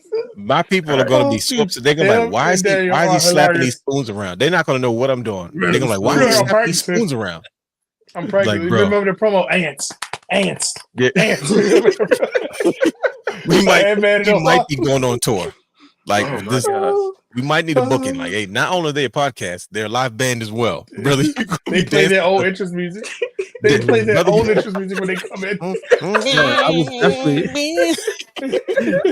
gonna do that one day. We're gonna be on a segue so Brian can handle drums. We can play our own music in. You get in the baritone sax. Brian, Nate, you us up with the drums. Brother Hugh just dance it, and I'm gonna let the spoons rip. And we're gonna make a music video. We did it before the NWO video. We did it with the NWO video. We can make this happen, and you never know. You see, Hustle Man went in there and tried to get a deal, so it can't be that hard. You're right. Oh my God. That's okay. Listen, Bad Blood. Okay, all right. A lot of people enjoyed the show. You guys said we kind of all said that we enjoyed the show for the most part. It started off with a bang. These type of shows are like main event in the front, main event in the back. Yep. And CM Punk and Drew McIntyre. This is the main focal point of the show that we're talking about. Like I said, if you want to get a full recap of the show, of everything, like I said, go back to Break It Down with Brian H playlist, and Brother Hugh and Brother Brent and Brother Brian H broke all the way down. Like that's what the show is called, and that's literally what they did to get full in-depth breakdown. But the meat and potatoes of this show was how this show started and how this show finished. So we started off with CM Punk and Drew McIntyre. Now, Brother Hugh, you said you went back and you watched the original Bad Blood because it was a very monumental situation. And of course, one of the key factors that was involved in that story, in that situation, in that match was Triple H, who is now ironically running the show. So of course you're going to get callbacks. Of course you're going to get, these anniversary moments. Even Triple H came out at the beginning of the show and said, I remember living up here on so-and-so street when I was terrorizing WCW. And I was like, okay, I see what you did there, buddy. Yeah. See? Yeah. So there's a lot of respect in the WWE. And, shout out to WWE now and the way they embrace all the legends. There's so many people signing new legends deals now because they're like, I believe it was Diamond Dallas Page that wrote a heartfelt letter publicly on social media talking about, I've never really fully felt welcome because I made majority of my name in WCW, and but after this weekend, I've literally just re-signed a Legends deal. Thank you for WWE. And Arn Anderson did the same thing. It's like, thank you for the. It's very cryptic, right? It's very tongue in cheek. They kept saying things like, "Thank you, shout out to the new WWE," and I was like, okay, so clearly Because there's remember Victoria's video, she was almost in tears because she got that call, and she did the whole video in front of everybody. And it wasn't really clear because, of course, we don't know, but clearly there's something to it, with Triple H and TKO Sports and how they're reverencing and using them. They're using it like you giving people a chance to get a payday. You know what I mean? Which is, I think, it's excellent because it probably hurts the global wrestling scene. Is because now it's you still can do autograph signings and stuff like that, but to me, I think it just drives the price up now. So shout out to them, and there's going to be callbacks. There's going to be moments where we connect the past with the present to make it fun for the current audience, and then the nostalgia group. He's trying to bring back those old wrestling fans. Like, listen, if you don't got to enjoy the whole thing, but just come back for this moment, and if you like what you see, just stick around. And that has happened a lot. We see that with Bad Blood, and kind of like an anniversary moment where we have a Hell in a Cell match that was clearly bad blood between CM Punk and Drew McIntyre. Is it finally over, gentlemen? Is this where we finally leave this feud with CM Punk and Drew McIntyre? How does this compare? It's 2-1. How does this compare with other Hell in a Cell matches that we've seen in the past, and where does it rank with all the major ones, all the ones that we talk about the most? We already know the two that everybody talks about the most, no matter how many people jump off the cage. Shawn Michaels and Undertaker. Obviously, reasons, the debut of Kane. I got you, brother Hugh. I don't want to be remiss. I appreciate that. And of course, Undertaker and Mankind. The match that was almost a fill-in. And here we go. Now, fast forward all these years later, we've had a ton of Hell in a Cell matches. We've had a ton of moments.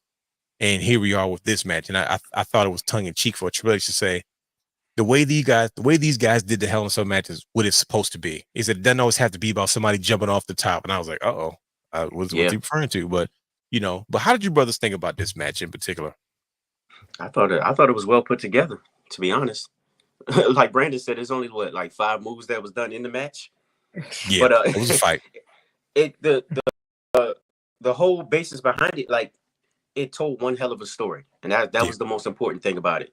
Like, everything from the lead up on up to the match, it delivered.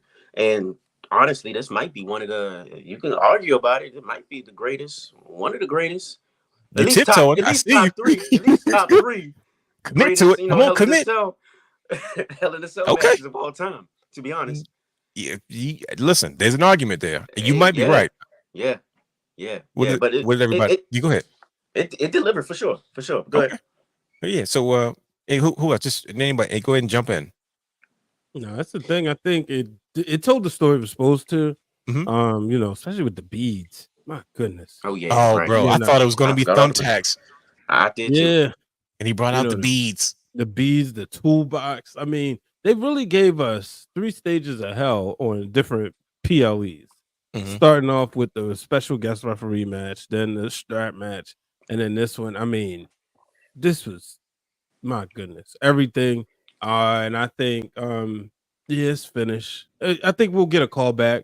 Oh, and I ain't gonna say a callback. We'll get they'll fight again, of course. It'll never really be over, but yeah, alone for now. They're refocused because they're like, all right, man, look, we're gonna end up killing our own careers. Too busy worrying about each other. Yeah, you heard Punk. He was like going home. He owed his wife some time. Yeah, or chill with his dog, even though he's been, bringing the dog backstage. And I'll be interested to see what happens when he comes back, because I mean, he's still gonna get that major respect pop. Yeah, and shout out to him. You think about where he was last year, versus this year, like literally, just I don't even want to say like trying to get on the hot wave, but literally like expressing his frustrations about CM Punk coming back, and then boom, next thing you know, he's in a $1 million feud with him. To the point, Seth Rollins is going to have to step his game up, and Punk, both of them, because that's the feud we've been waiting for. But now it has something to live up to. Before he had a clean slate, now it has something to live up to.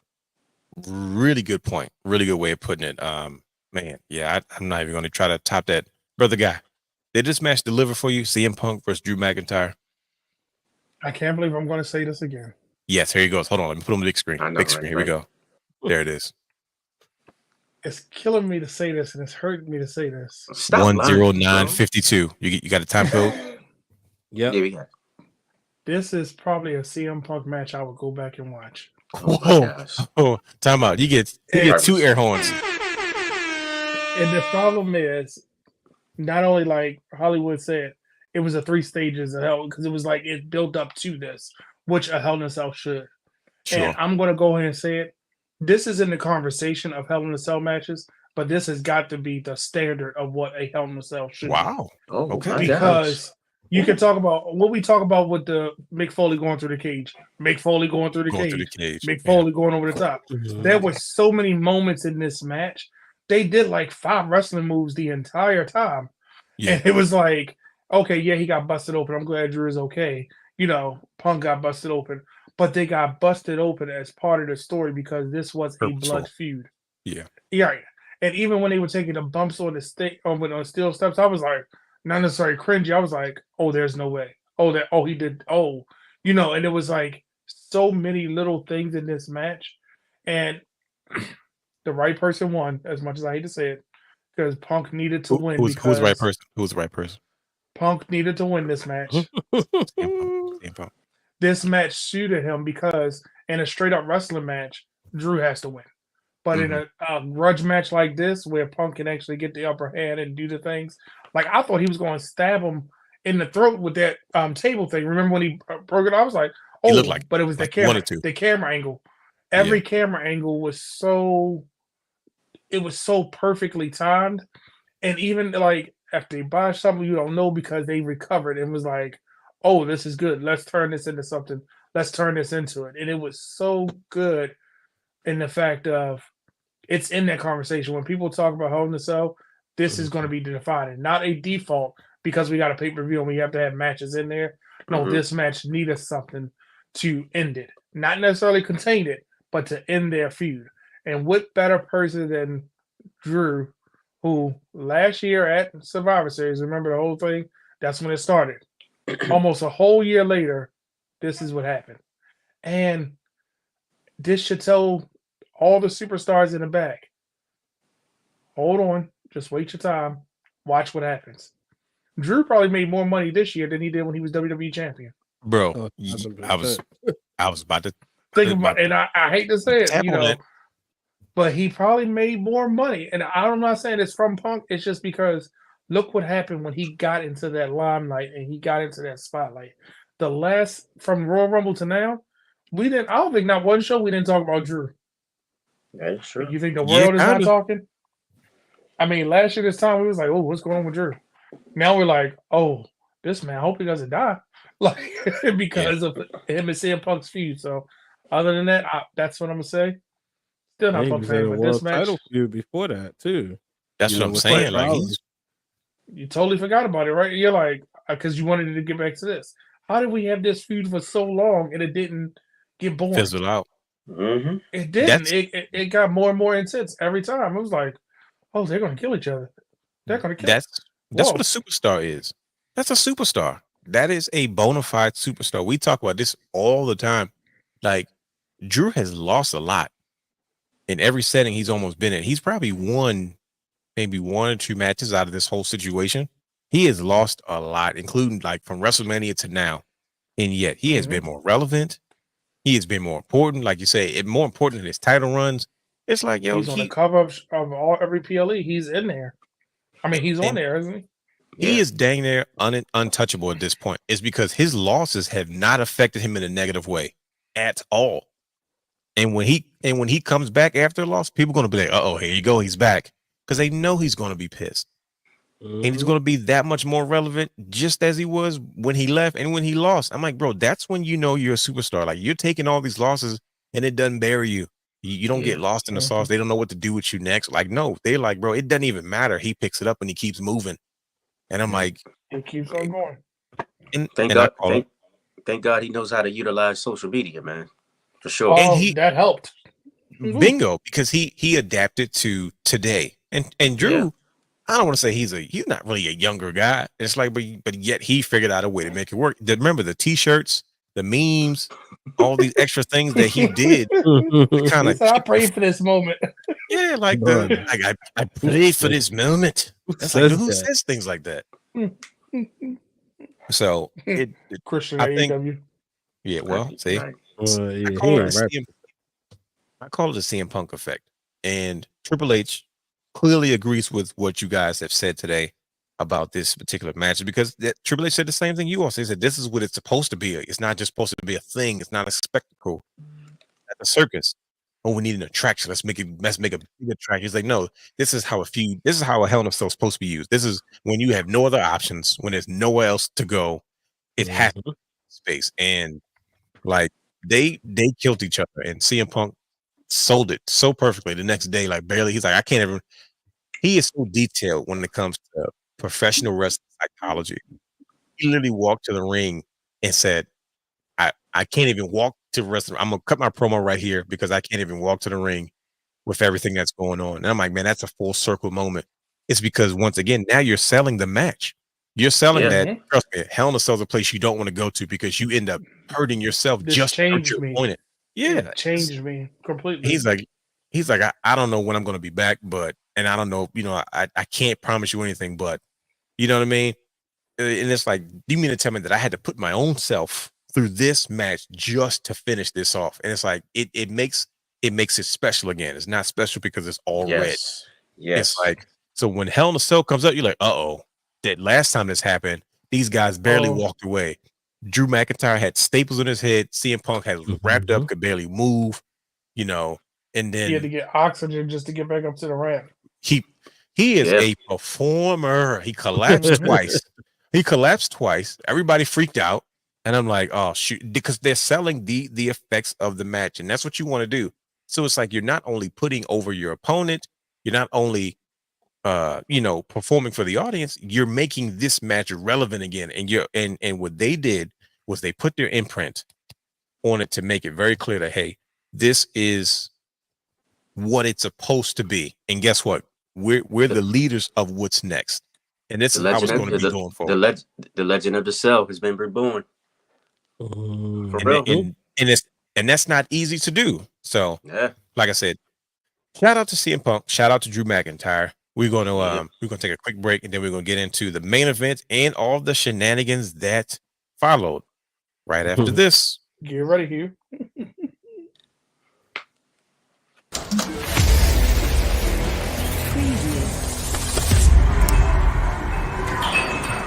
Watch us and subscribe to our Twitch channel at The Wrestling Realm.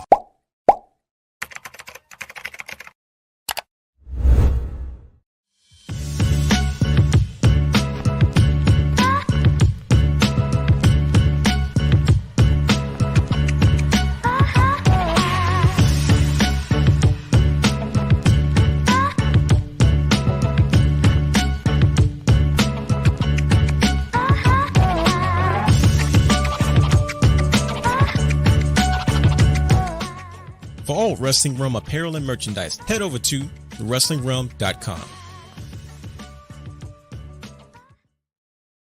What that guy said.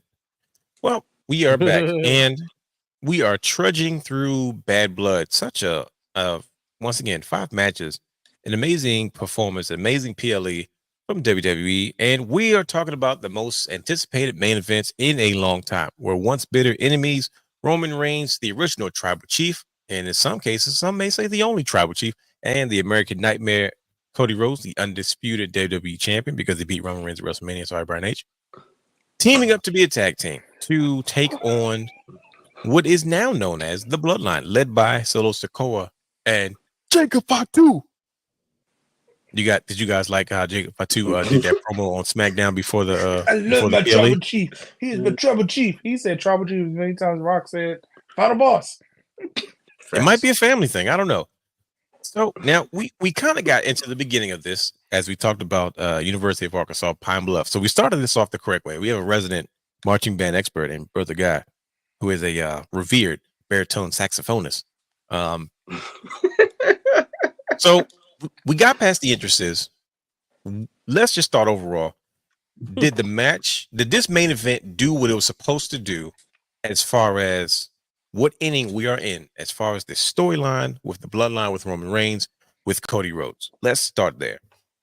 Yo, Power was Power Book 2 concluded, and they kept saying, this is the end of the chapter, and then at the end, hashtag Power never ends. Hashtag Bloodline never ends. It's looking like that, and they've got plenty of relatives, right? Yeah, and Jay Uso told Muscle Man Malcolm they got 15-year-old that's already getting set.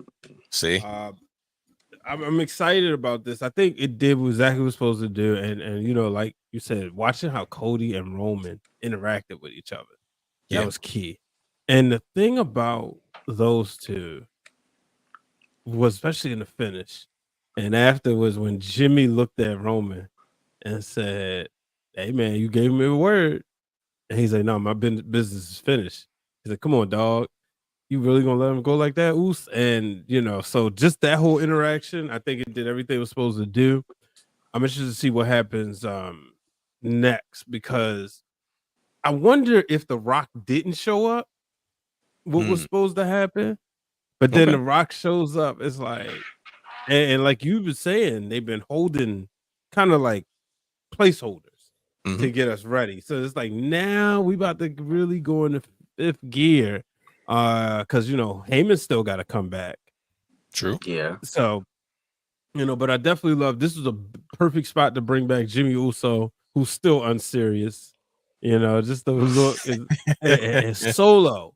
I Solo's a pro, because the way like he looked, and Michael Cole. I don't even want to say whether or not they like have rehearsed that whole spot, but just like Michael Cole, like Corey, look, somebody.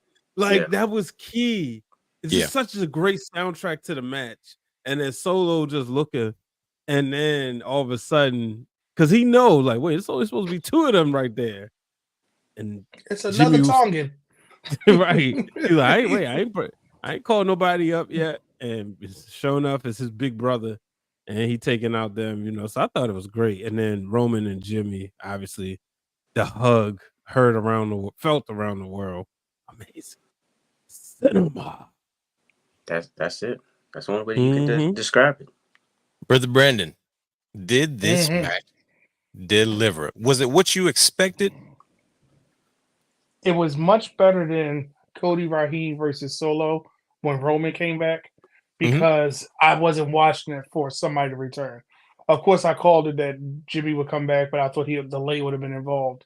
So how he came back, I was like, oh, good. It's not the same typical sneak attack, hit him so he can roll him up or whatever it may be. So I think that there was a lot of moments that we will revisit, quote unquote, down the line, because this match was really about, let's get this done the best way we can.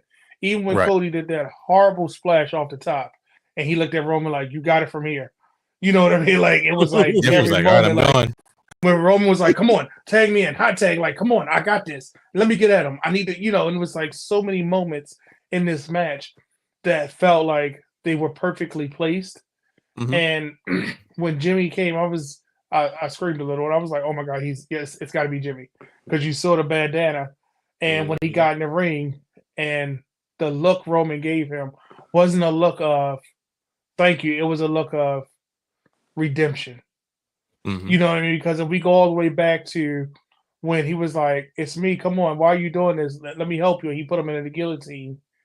Clearly, Jimmy has forgave him at this point, because they got a common enemy, because look what they did to him. He needs Roman as much as Roman needs him. Because Roman admitted, they took my wise man. They took Jimmy from me. Yeah. And Jimmy realized that as soon as Roman was gone, he wasn't safe. So I'm glad that this match delivered, but the aftermath didn't overshadow the match, because there's still a lot of moments that we gotta go back. Triple H is gonna go back to those.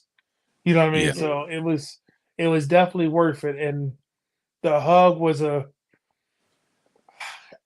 don't know how Cody Rahim is gonna do it, Are you putting your fingers in the air, brother Brandon? Because you sound like you might be trying to join the bloodline along with brother Hugh and Brian H.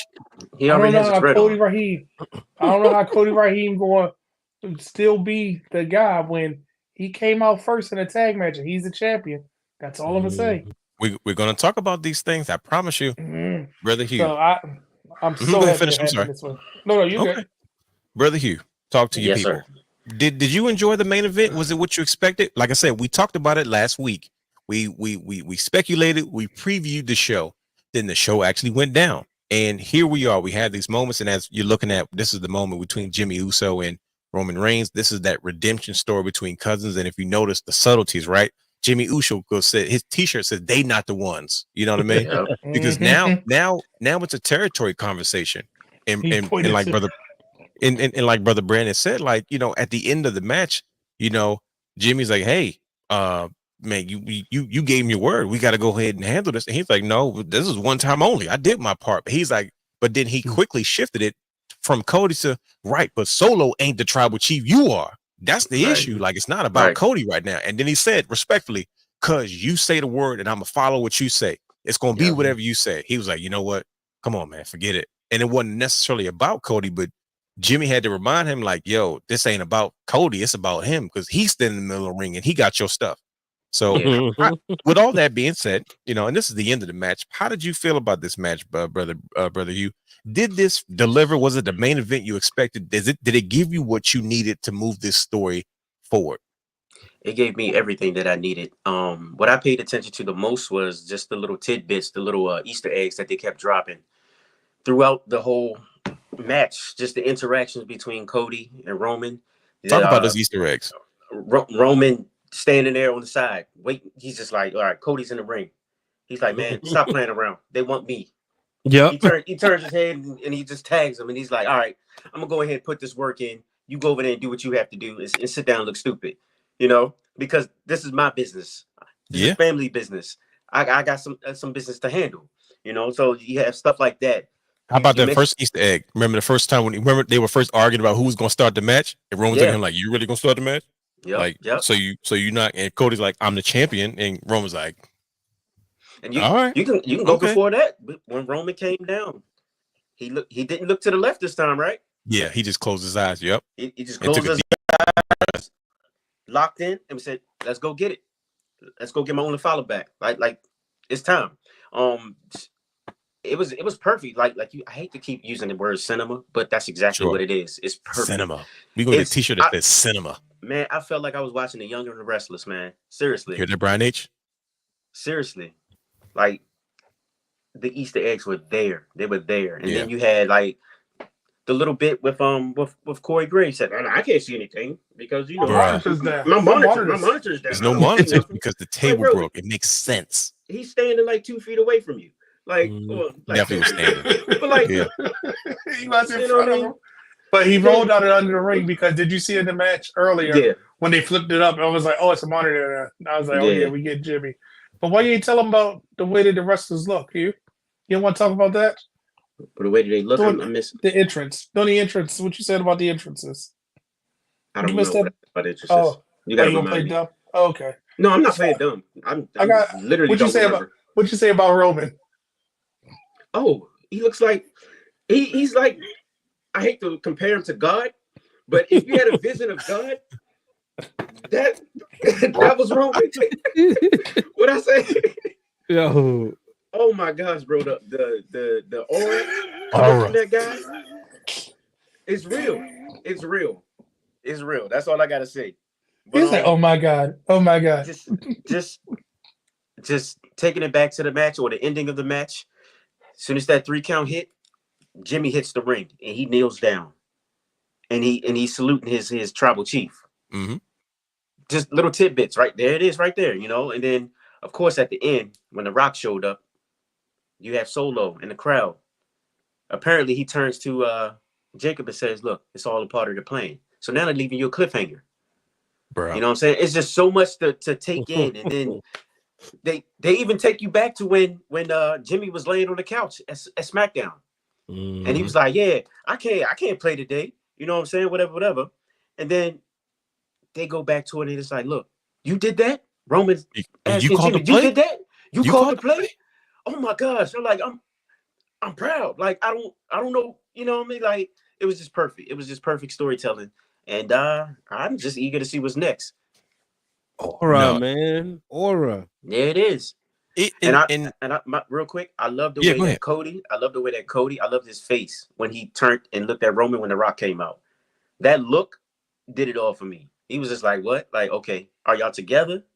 What's going on? Like, is he coming after me? What's going on? That confusion on his face sold it. Yeah, because that's the making of a setup. Yeah. With everything going on with the match itself, that was one thing, right? Yeah. And before we get to this part of the match, to this, because it's like there's these levels and layers to this whole situation. I remember last week we talked about the preview show. I said I want to see how Cody and Roman work together, and I was expecting this like one-upsmanship, right, where Roman has to remind Cody like, "Hey, look, I'm that dude," and Cody having to remind Roman like, "No, I'm the champion. You gotta."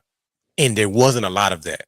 They actually worked well together. And I was like, wait a minute, where's the swerve at? And I was waiting for it, and it never came. And I was like, which will lead to what we're going to tap on as we end the show. But it was like, they actually worked well together. They were like, and there was a mutual respect amongst each other. Like, don't get it twisted. Roman Reigns has made it very clear. I plan on getting my championship back. But in this moment, this belongs to you for now. And we got the job done. But then we have this monumental moment.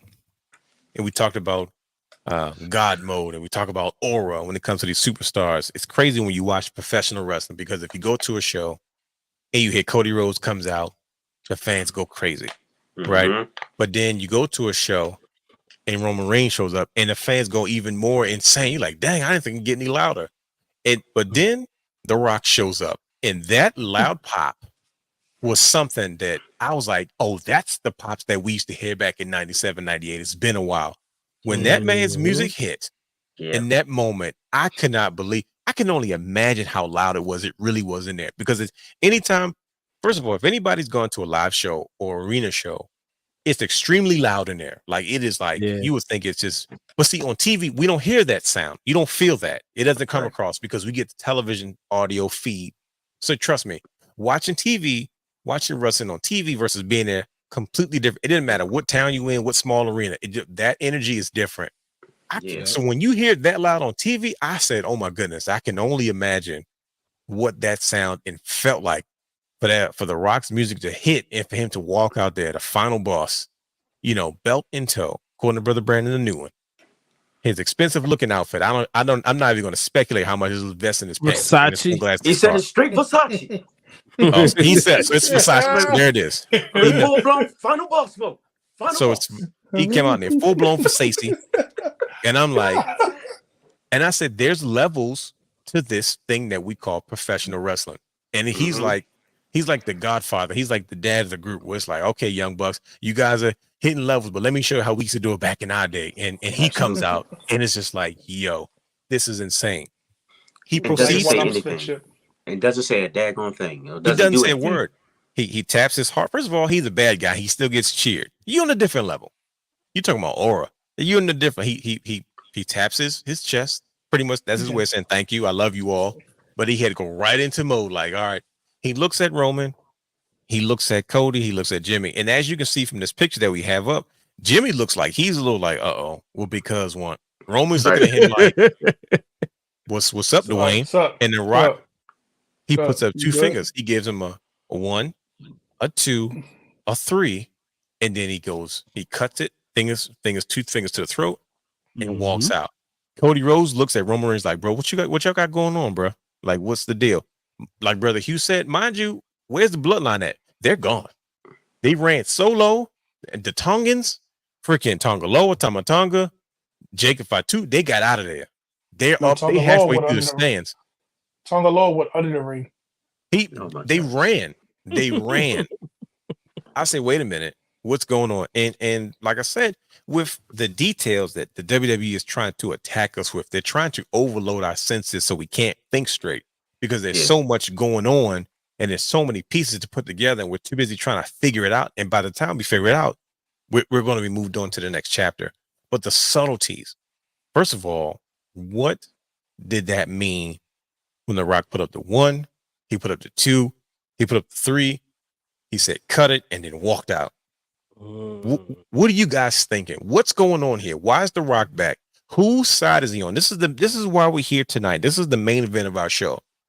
We need to figure out what did The Rock mean by it, because clearly we talked about it for about an hour before the show started. How he cut an epic promo after the match. He didn't say a word about anything. But what is he doing here? I don't think he's happy with the whole bloodline business. Talk about it. Let's talk about it. I don't think he, the fact that y'all are going against each other, because in his mind, he see one family member teaming with the fraternizer, the guy who took the title out the family, and you teaming with this guy to go against your own blood, regardless of what. Like, you're supposed to handle that. That's not how we do things. We handle stuff by trial by combat. Yep. And you're gonna have this matchup, and you're gonna team with him. So I think that's the issue.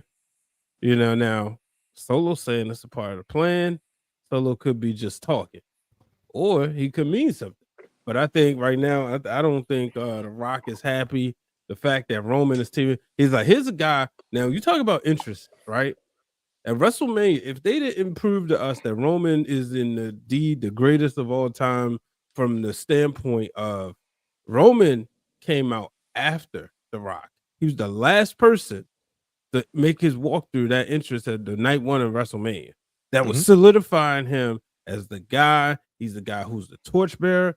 This is who he is, the tribal chief. And for The Rock, like, I gave up all of that for you, and you gonna team with him? Nah, buddy. So that's where my opinion is. Okay. Who else? Good brothers, just jump right in. Who else has an idea of what this could potentially mean with The Rock coming back? He looked at everybody and he gave people's eyebrow, like, really? That's the vibe I got. He looked like, really? This is what we're doing? Like, I'm like, we're pretty much on the verge of a bloodline civil war. That's what we're looking at. The final boss comes back. He doesn't look happy. Originally, when he left, he said, Cody Rhodes, I'm coming back for you. Whether you got that championship or not, you and I are going to dance. That's just what it's going to be. He made that very clear. You know what I mean? He made that very clear. And now, he comes back, and Roman to me looks like, from this picture, he knows what The Rock is talking about. And he's looking like, all right. You know what I mean? I'm getting this vibe, like he's like taking a deep breath, like, okay, I know what this is about. But now but why would he take that from The Rock? Because like you said, Brian, he's the torchbearer now. The Rock is The Rock. He's the final boss. Let's make that very clear. But Roman's like, yeah, that's true, but this is my playground now. Like, let's not overstep our bounds. But The Rock may look at him like, look, maybe you're not who you say you are, because you lost. And you lost on behalf of our family. And now I got to come and clean up your mess. Yep. I don't know what this is about, but what do you brothers think? What do you guys speculate? Oh, one more thing. Remember the video, the fan made video, because I feel like they do this all by design. After WrestleMania, I'm almost believing that too. Yeah. Roman and Rock didn't walk out together after Roman lost. Heyman and Roman was together, but The Rock was at a distance, and everybody kept saying, like, yo, that's true. What's the dissemination right there? Because night 1 they walked out together, but night 2 they didn't. Yeah, Rock should have been there consoling him. He should have been saying, "It's okay, we'll get him back." But nah, they were separate. You know the vibes it gave me? What's like, that? Just looking at this picture, and I just thought about it when Brian was talking. You know how, like, we all have siblings, so it's like when you're in the room and you're doing something you ain't supposed to be doing, you and your siblings making too much noise or whatever, and your mom just busts in the room. Yep. And she doesn't say a word, and she's just like, she knows what's going on, but she doesn't know what's going on. That's the face, bro. Yeah. I did not tell you not to let y'all be wrestling. He's like, hey, Mama, tell me, make sure we don't wrestle. Right. And I was going to be here responsible. Yep. And she's about to lay down the law. She going to figure out what's going on somehow, some way. Because, we're lying at this point. No, yep. He did this. No, I see what happened was, nah. She ain't trying to hear none of that. She's going to figure it out somehow, some way.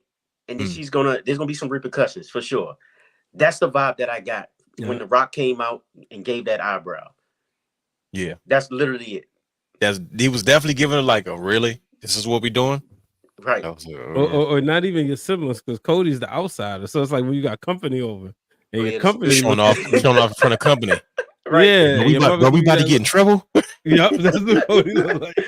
Yeah, are we in trouble? Why she looking at us like that? That's on point. That is on point. Oh my god. Like, so you showing off? Wow, we got company over here. Right. Oh, you know better. That's that. You know better. And look at Cody like. Right. He's like, "Oh, what's about to happen? What's about to happen?" Little brother in the back. Trouble? Look at him. He know what it is too. Though. Look at him. Right. He's like, dang. Jimmy, no. Roman, he locked eyes with The Rock. He didn't move his head at all. Yeah. Mm-hmm. He looked so confused. Solo, the baby brother got out of there. Right. Him and his friends ran outside, acting like they don't know what's going on. They up the street. Your mother still home? Nah, they'll get in trouble. I was up here with y'all the whole time. Right. Yeah. Right. Brother Brandon, what did this mean, man? What does The Rock want? He came back, he made his presence felt. He didn't say a word. He just did a motion. What does this mean? Where are we going with this? What is The Rock upset about? Is he upset? What does this have to do with anything? Oh, buddy. So whose side is he on? Well, here's the thing. I think it all goes back. So before I say where it goes back to, Triple H has shown us pay attention. They keep leaving these breadcrumbs that we keep picking up. Like, remember, Cody even called back to when I told you you were going to be a chief with no island. You know, you're going to be all by yourself. Roman became all by himself. The tree was put up there for a reason. Yep. Who has The Rock always said that he's closest to within that family tree? Cool. Thank you. Yeah. Exhibit A. Right. And remember, originally, Haku gave him his first wrestling books. And you're right, Brother Brandon. And I don't mean I'm gonna support your argument, because if you watch Young Rock, he had a whole episode dedicated to his Uncle Haku. He gave him his first wrestling boots. That's Flex Cavett. He said, "Call your Uncle Haku. He can help you with wrestling gear." And I remember years ago when the Gorillas of Destiny was doing their thing in Japan, he bought him a new truck. He's like, "This is my uncle. He's been there for me since day one," and all this other stuff. So this is crap. There you get. I hate when y'all do this. Here we go again. Go ahead, Brother Brandon. You're cooking, Brother Brandon. Go ahead. We had the tree for a reason, so everybody can start making their own.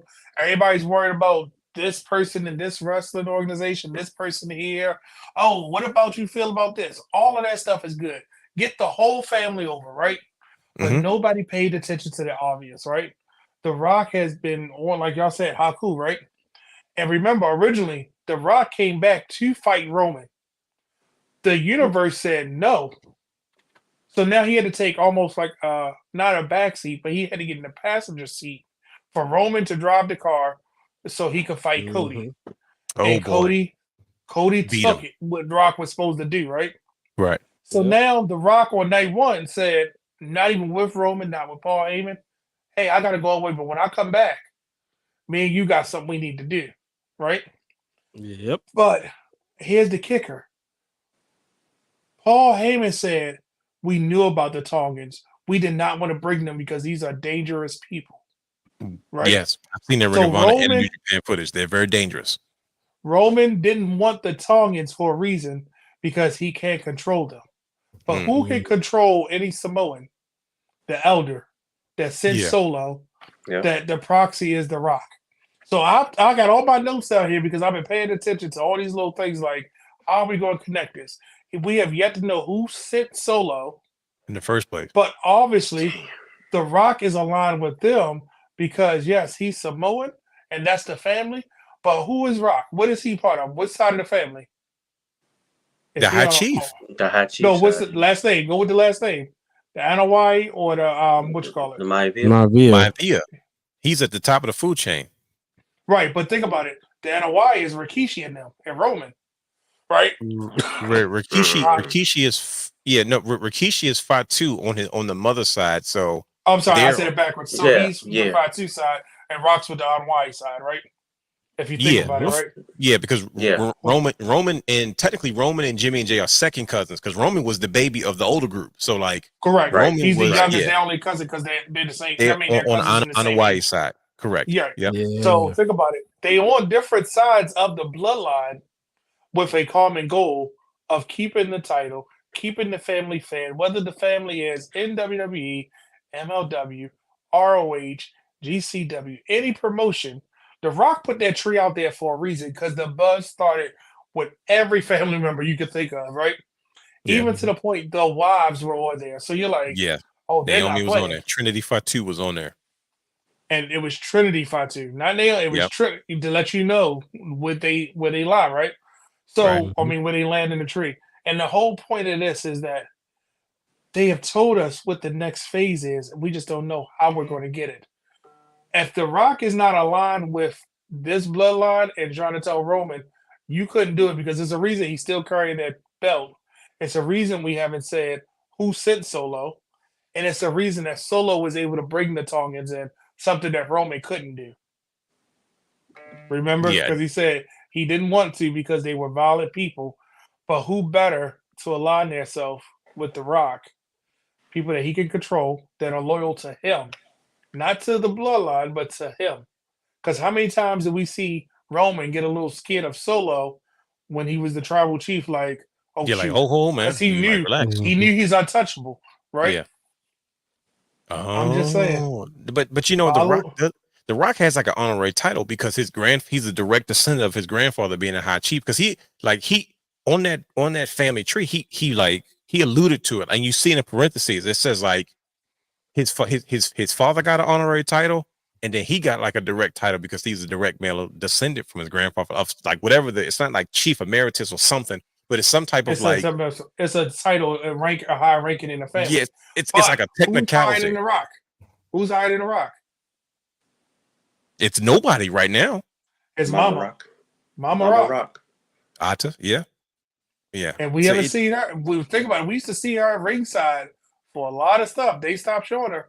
So well, she was just there. Was she there? Wasn't she just at like SummerSlam or something? Because they showed her when she definitely was SummerSlam.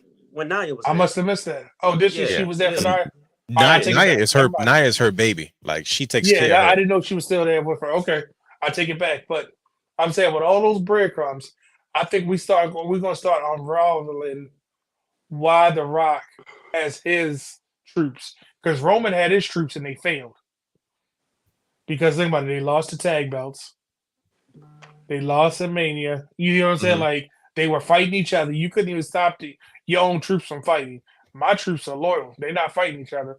One just goofy as heck, and two are just crazy as can be. Because one ain't even using words; he just making sounds. And the other one is just nobody wants to fight him because everybody's afraid of him. But The Rock can control them. I bet you that's going to be the story. Oh man! So let me get it straight. Let's make this clear because you got to slow down sometimes.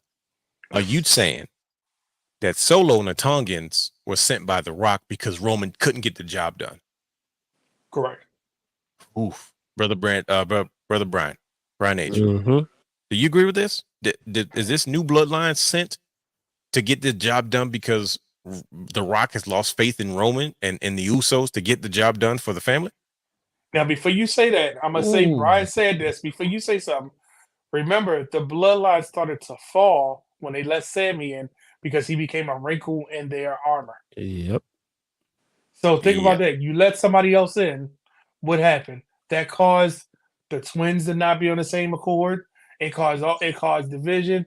It caused the fall of, I don't want to say the Roman Empire, but I think that's why that's going to be the story that we in Young and the Restless material. Oof. Yeah, right. Does this making sense to you? Oh, definitely. You know, oh, no. I told y'all, Sammy was the mess. He was y'all know how I feel about Sammy being in the bloodline. Yeah, you weren't happy. You're not happy. No, at all, brother Hugh. Now these Brandon. Ever since first of all, and ever since we found out that Brandon is an expert musician. First of all, we went from having like 30 people watching to like 150. It's like 164 live viewers. That's one. Did you see Second that? of all, the level of expertise he's had as far as the band stuff led us to this point. That's what started the show. And now he has broke this thing completely down. And he has me convinced, he's got Brian H. convinced that maybe The Rock sent Solo in the first place. Maybe he was the elder that sent him in the first place. Maybe The Rock sent them to do this because think about it. Who's controlling Solo? You know, when Solo was getting into a Paul Heyman, and Paul Heyman kept saying, "But who gave you these orders? Who told you these things? Where did these orders come from?" Clearly shows me that Solo's not necessarily acting on his own. You know, Roman told him, "Hey, you're the next tribal chief." You know, is Solo and the Tongans in cahoots? Why would The Rock not be loyal to his cousins, his favorite uncle's children? You know, he loved his uncle off and Uncle Seeker. Grew up with them, but he also had a special place for his Uncle Haku. And he's got his kids that need a shot, right? You see what happened to the Usos, they got over. You see what happened with Solo and Roman and Jay, and they got over. And he's like, of course I'm gonna look out for my cousins. And why wouldn't he send them? You know, why wouldn't he say, Paul Heyman said, Brother Hugh, is a reason we didn't choose them. They were unhinged and they're hard to control, right? And guess what? Roman didn't get the job done. So why the heck would desperate times not call for desperate measures? Let me go get the Gorillas of Destiny. They're not allowed in the United States for a reason. That's why they've been in Japan, because their style is too much for the Americans. Right. They did a couple of Ring of Honor shows and they sent them back. They said, no, y'all got to go. Y'all hit too hard. Y'all got to go back to what is acceptable. Your style of wrestling is not acceptable in the United States. So this man crawling on the floor. He's him and Jimmy they go create cinema together, bro. Absolutely. The magic. And so I asked you, what's brother, wrong with him? What's the problem? Why are you making that noise? I asked you, brother Hugh. Are you feeling this too? Do you feel like this is? Do you feel like The Rock is responsible for this new version of the Bloodline? Is Solo and the Tongans in cahoots with The Rock? Is he the elder that sent Solo in the first place? Now that you break it down like that, it makes all of the daggone sense in the world, man. Talk about it. To be honest, it who's higher than The Rock right now? There's nobody, not in the family. Exactly. And Uncle Caesar passed away just recently. God rest their souls. And that bus bumped him up higher. And you knew daggone well that The Rock wasn't going to play second fiddle for too much longer. After he gave it up already. Already, and then you lost. And then you failed, right? Didn't he come out on Raw? That Raw after Mania? That's what I'm talking about. He addressed. He was like, that's right. So you caused some problems in my family, Cody. But guess what? You're in my way. He's in everybody's way. Cody is in everybody's way. Yeah, he's gonna discipline his family, number one. But then he's definitely gonna go after Cody and put some work in. They're gonna pull out. Did we ever pull up the strap? Mama Rose. I'm gonna put your son's blood on it. Oh my goodness, he gonna put. Oh no! The final boss. He can't do that. This is one of the greatest Rock iterations. I'm enjoying this final boss era. This is a beautiful. This is hilarious, bro. It's a combination of like all his rocks into one, to like one super rock. Right. He went ultra rock. His ultra form. Bro, his final form. He combined every era of his career into one. He took the history. He took the history of the lineage from Rocky Rivia to the Great One to the People's Champion to Hollywood Rock. Just said, okay, to the electrified. Look, the electrified man. Oh my gosh! They formed Voltron and stuff like that. You know what I'm saying? But yeah, bro. It makes all the sense in the world, but at the same time, what's tripping me out is it's Triple H, bro. The puppet master. It makes all the sense. So it's like, all right, is it too obvious? Y'all should see the notes on my eye. You see what I'm saying? So it's like, I'm like 80-20 right now. Like, yeah. Oh my gosh, it's going to be good either way. We have to address this comment, and once again, to your boy, the Triple H era, you said it. It's because he knows us so well and we can't help ourselves, and it's nothing we can do about it. I feel like we're like wrestling addicts, and it doesn't matter how hard we try not to do stupid wrestling stuff. We can't help ourselves. Like, for instance, he knows if we get within 2 feet of a wrestler, a camera's coming out. Absolutely. Right. Why is Solo that close to anybody's camera in the middle of the audience saying, "Don't worry, Come on, man. it's all a part of the plan"? First of all, they are nowhere near that ring. Look where they at. If you look at this photo, when They this up in quote was done, 400s. you can see the freaking final boss graphic on the video screen. That's how far away they are from the ring and the entrance. Why in the world would a dominant faction like the Bloodline run when The Rock comes out? He doesn't even come to the ring. He comes to the entrance and immediately everything stops. They jump Cody first. they jump Cody. They got ran off, and instead of going back for more, the Rock music hit and they are gone. What's that about? They not scared of Roman. He said, They not scared of Cody. They said, "Woo, we gone." And then Solo's up there saying, "Mommy coming." Yeah, mommy coming. Oh, we gone. I was never here. You better not tell me. Right. I was here the whole time. Right. Stop crying. Like, stop crying. Stop crying. Like, bro, right, he's like, yo, you gonna get in trouble. And he goes, "No, I'm not. It's all a part of the plan." So when she said, where was you at? I was up the street, man. I wasn't wrestling in the house. I had nothing to do with it. The whole time you done brought your friends from up the street. Your cousins is over there. Y'all done jumped your brother and your other cousin. And y'all done tore the house up. And now y'all got out of there though. She ain't seen you. Yep. And that's the vibes I'm getting. And because of this moment right here, I'm like, yo, I think, and Solo doesn't look worried. He looks happy. He's okay. I'm like, now, on the other hand, gotta play devil's advocate. What if Solo's like, look, man, I knew Dwayne was coming back and he's gonna take Roman out for me now. And then once Dwayne's gone, he's gonna go back to doing what he's doing, whatever he wants to do. That's just The Rock's gimmick now. I come in, I do what I want, and I leave, and I'll see you when I get back.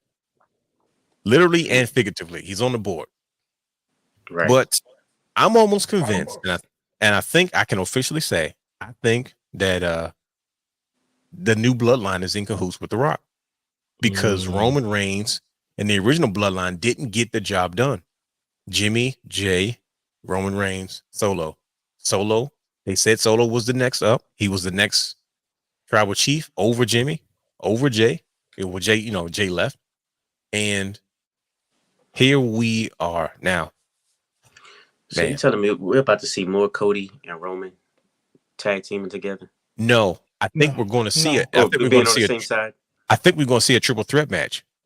I think Cody's going to be a man. You talking about these stories? He's going to be a rock in a hard place. It's because he got to deal with Kevin. This same thing his father had to deal with, it, right? I got to deal with Kevin Sullivan and his devil guys, but then I got to deal with Ric Flair and the Four Horsemen on both sides. There's that, like, I'm not safe.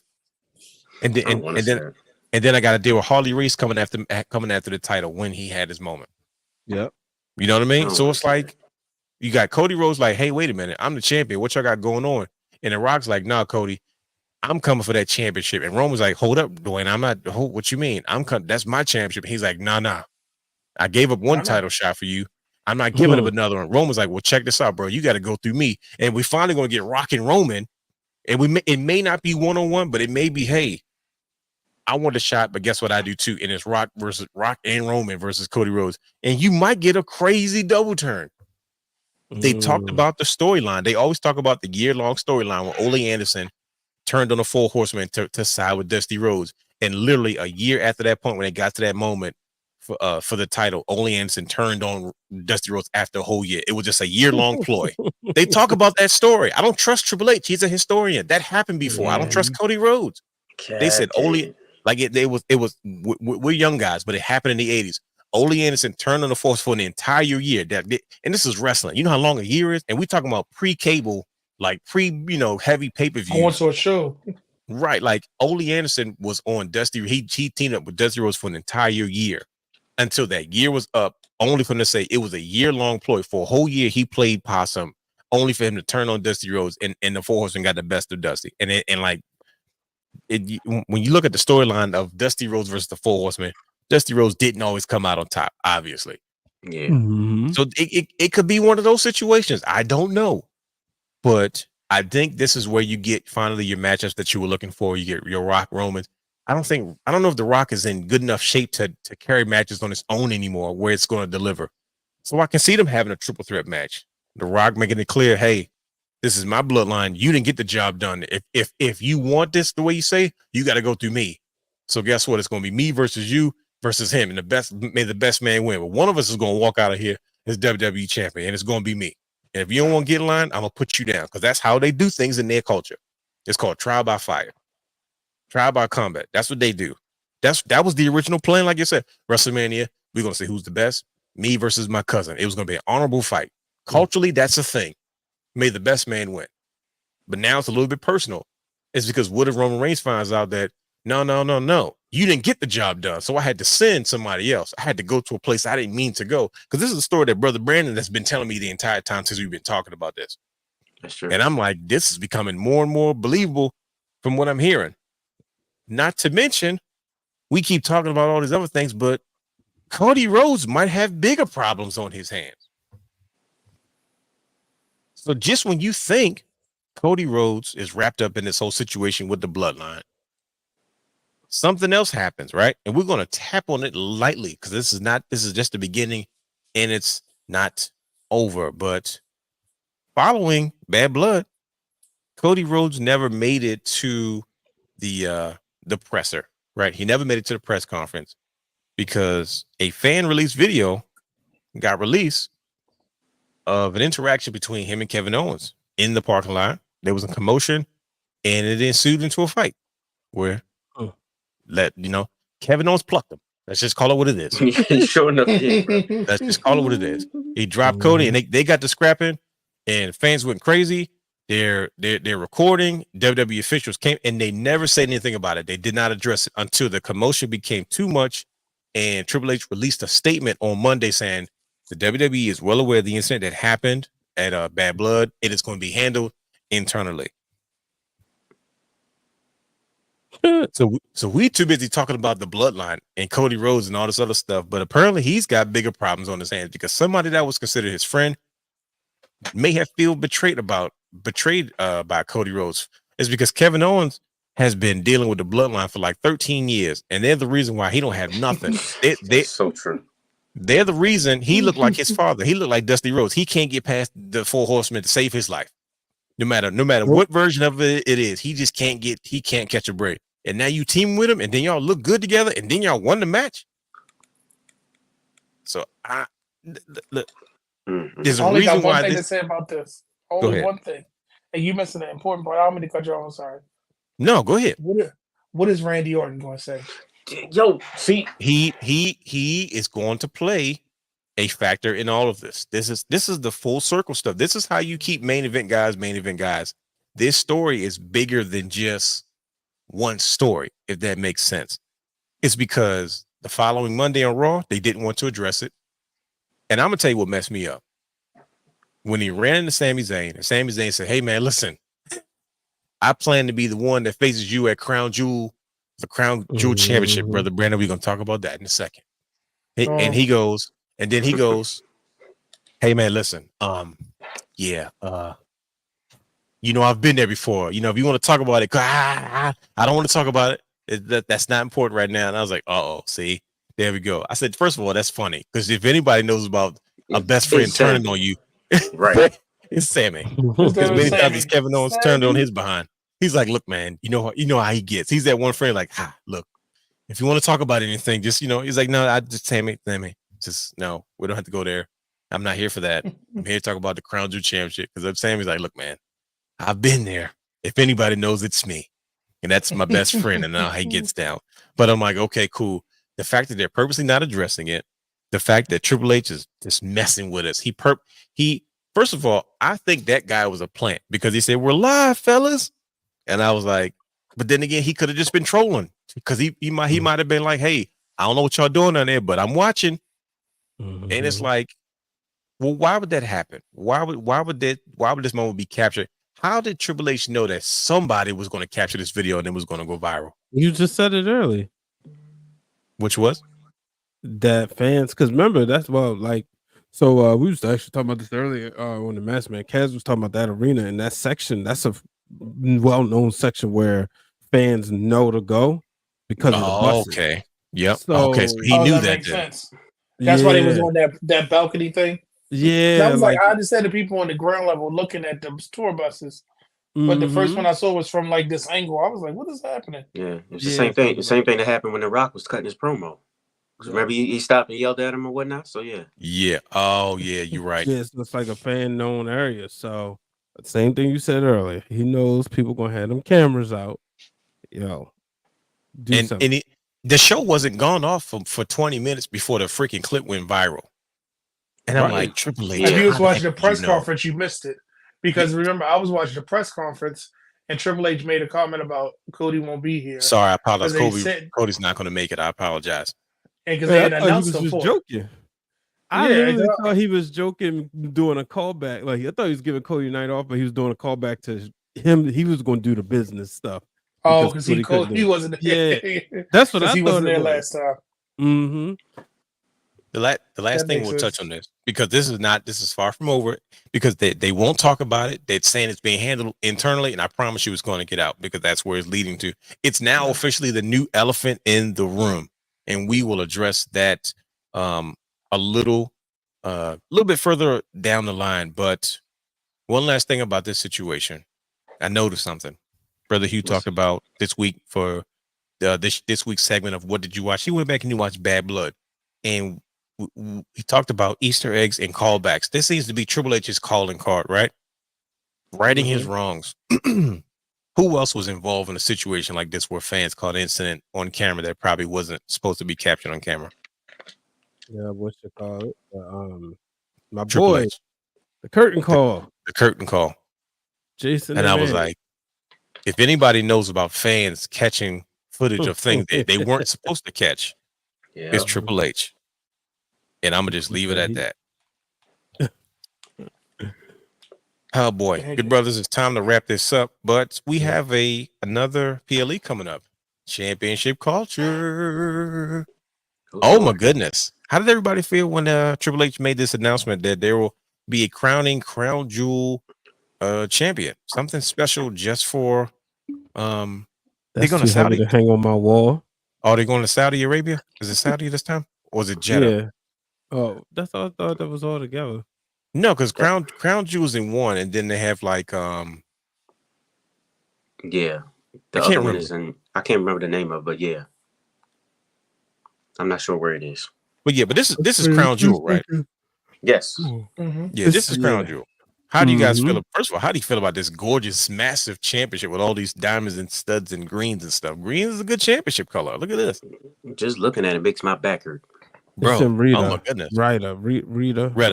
Okay, Rita. The kingdom of Riyadh. I'm sorry. Riyadh. Okay, there we go. In Saudi Arabia? Mm-hmm. It's a lot of details to it. I like the details to it. You can tell it's definitely right. Exactly. That's it. It looks heavy. At first glance, I was just like, it's a lot going on. I don't know how I feel about it. I know they pay for that because ain't nobody else kicked out that kind of money but them. You see the amount of stones in that bad boy? Oh my goodness. You said, yeah, man, we put a lot of diamonds in this bad boy. Yeah, you got big green diamonds or emeralds and everything. Oh my goodness. Oh, come on, bro. But look at the side of the side. Look at the size of the side plates. Massive. Crazy. The more I look at it, the more I'm starting to like it, though. It's growing. You think they'll sell this? Heck no. No. Well, they might sell it in spite of AEW to counter that, because they'll do something and say, special, because they do have. I noticed that they've done a lot of more special belts, as in for that PLE, theme for it, and this is a belt that's themed directly for that. I just hate the fact that it's a participation trophy for. There you go. We had this conversation 1,000 times. What episode of Championship Culture did we had this conversation? We were arguing about. Are you okay with belts being trophies, or you feel like every championship has to be something that has to be defended? Anybody remember what episode that was? Yeah, I don't, but I do. Were we talking about the Owen Hart Championship at that point in time? Because I know that we talked about that for a little bit. Yeah. Because I made reference to the greatest Royal Rumble championship at Braun Strowman, which was a great trophy. That was a beautiful championship. It was. And Brother Brandon's like, well, he's not defending it. I'm like, well, why can't it be like? Do we talk about the $1 million championship? Was it really meant to be? These championships are really half these belts are not meant to be defended, and somehow they end up being defended. Like the FTW championship has been retired, thank God. Like it's meant the hardcore championship wasn't meant to be defended. That was meant to be a trophy. It was a trophy. You know, just something to appease Mick Foley. They were messing with him. It's not nice. But broken winged eagle. Yeah, that's just oof. That's I was hurt terrible. that day. Yeah. Brian H, what do you think about this massive championship? This thing is huge. I love it. That thing is a beauty. I was like, it. whoa, what is this? It gives Crown Jewel something, We always said glorified house show. Now it's a Monday Night Raw. Mm-hmm.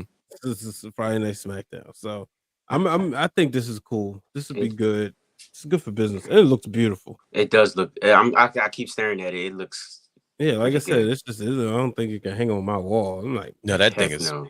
That thing was huge. I said, "Yo, are they kidding right now?" I love big belts, but I'm like, this is ridiculous. Around Gunther. Could you imagine me trying to put that on, bro? Like it would be like your whole torso would be like you just right, be like belt that. Up here. They ain't scooping you. Hell no. Not with that on. Is that belt? Is there hints of green in the strap? I can't tell. Am I tripping? See, I've been looking for a clear picture because it's crazy because the side plate, the way doesn't that remind you of the Never Openweight Championship? The side plate. Yeah, the freaking side plate looks like the size of a regular main plate. Yeah. And it's just giving me that Never Openweight vibe to it. And the fact that he put that many diamonds on it, I swear this was a jab at AEW because their belt has so many diamonds. Even in the word champion. Look at the word champion. It has green, I don't want to call them emeralds, but there are green stones in just that. Again, and it's like every way you look at it, even the riblets, the part around the strap, they're actual like plates. Like those things are huge. Those things are like the size of like silver dollars. Exactly. Everything about this belt just says anything you could do, I can do better. Look at me. Look how much. And the green is subtle, but it draws your eye right to it. I'm interested to see if the women belt is going to look exactly the same, but on a white strap.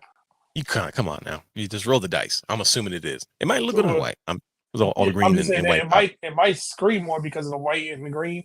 But I hate the fact of how it's created because you're saying, Survivor Series was the head-to-head and they just wrestled and that was it. But now they're saying, who's going to be the best champion? So now are you going to really put down your WWE or your world champion? I hate to say it on the men's and the women's side because it's like, all right, that person is the best that night and they have a title. Look, if the prince pays for it, we all eat. We all eat. Exactly. If the prince says what he wants, he said, "How much do you need for the belt?" That's nothing. That's my gas money. Matter of fact, I own the gas company.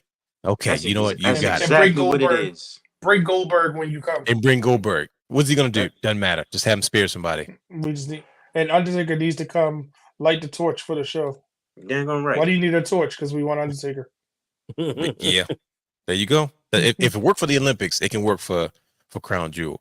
But I'm sure we'll get in a Crown Jewel at some point down the road. I'm sure we'll tap on to Kevin Owens' brothers. Once again, we did an excellent job. We had some breaking news. We found out about the musical expertise of freaking Brother Guy in his past, which fit perfectly to our show because we had an expert to explain to us why the music didn't sound the way that it needed to sound as it played in. Cody Raheem, shout out to Brian H for catching that. But goodness gracious, brothers, I think we came to a conclusion, and I think those who are listening or those who have watched, I hope we have changed their minds and helped them come to a conclusion as well, because I'm convinced after this conversation that we had, and this is what I was looking forward to, that The Rock is behind Solo and the Tongans in the new bloodline, and the bloodline civil war is rapidly upon us. Ladies and gentlemen, don't forget to catch Championship Culture every Tuesday at 8 p.m. on youtube.com/The Wrestling Realm. Follow them on Instagram at Championship Culture _. You can follow each and every one of the hosts of The Wrestling Realm at their individual social media channels. If you're not familiar with it by now, just watch the show. You can see their social media handles right there. And if you want more information on them, just give them a follow. And I'm sure it will take you down a rabbit hole to all the wonderful things that they are individually doing. But with that being said, it is time for us to wrap this up. Gentlemen, another excellent show. Mission accomplished. We have done our job this week. We made sure to educate the folks and give them new information. And we will pick this up next week. Ladies and gentlemen, thank you for joining us. Until next time, we are out of here. You didn't forget something? Peace. You didn't What's forget that? something? What? Everybody has a story. No, one is left, but it's okay. What's that? Someone is left has been there. Oh, okay. Okay. Oh. Okay. Oh. Before we go, ladies and gentlemen, I want to reveal to you the brand new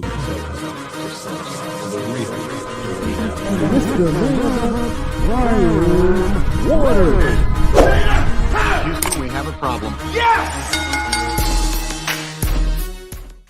For all exclusive shows and bonus material, subscribe to our Patreon channel at patreon.com/thewrestling_realm.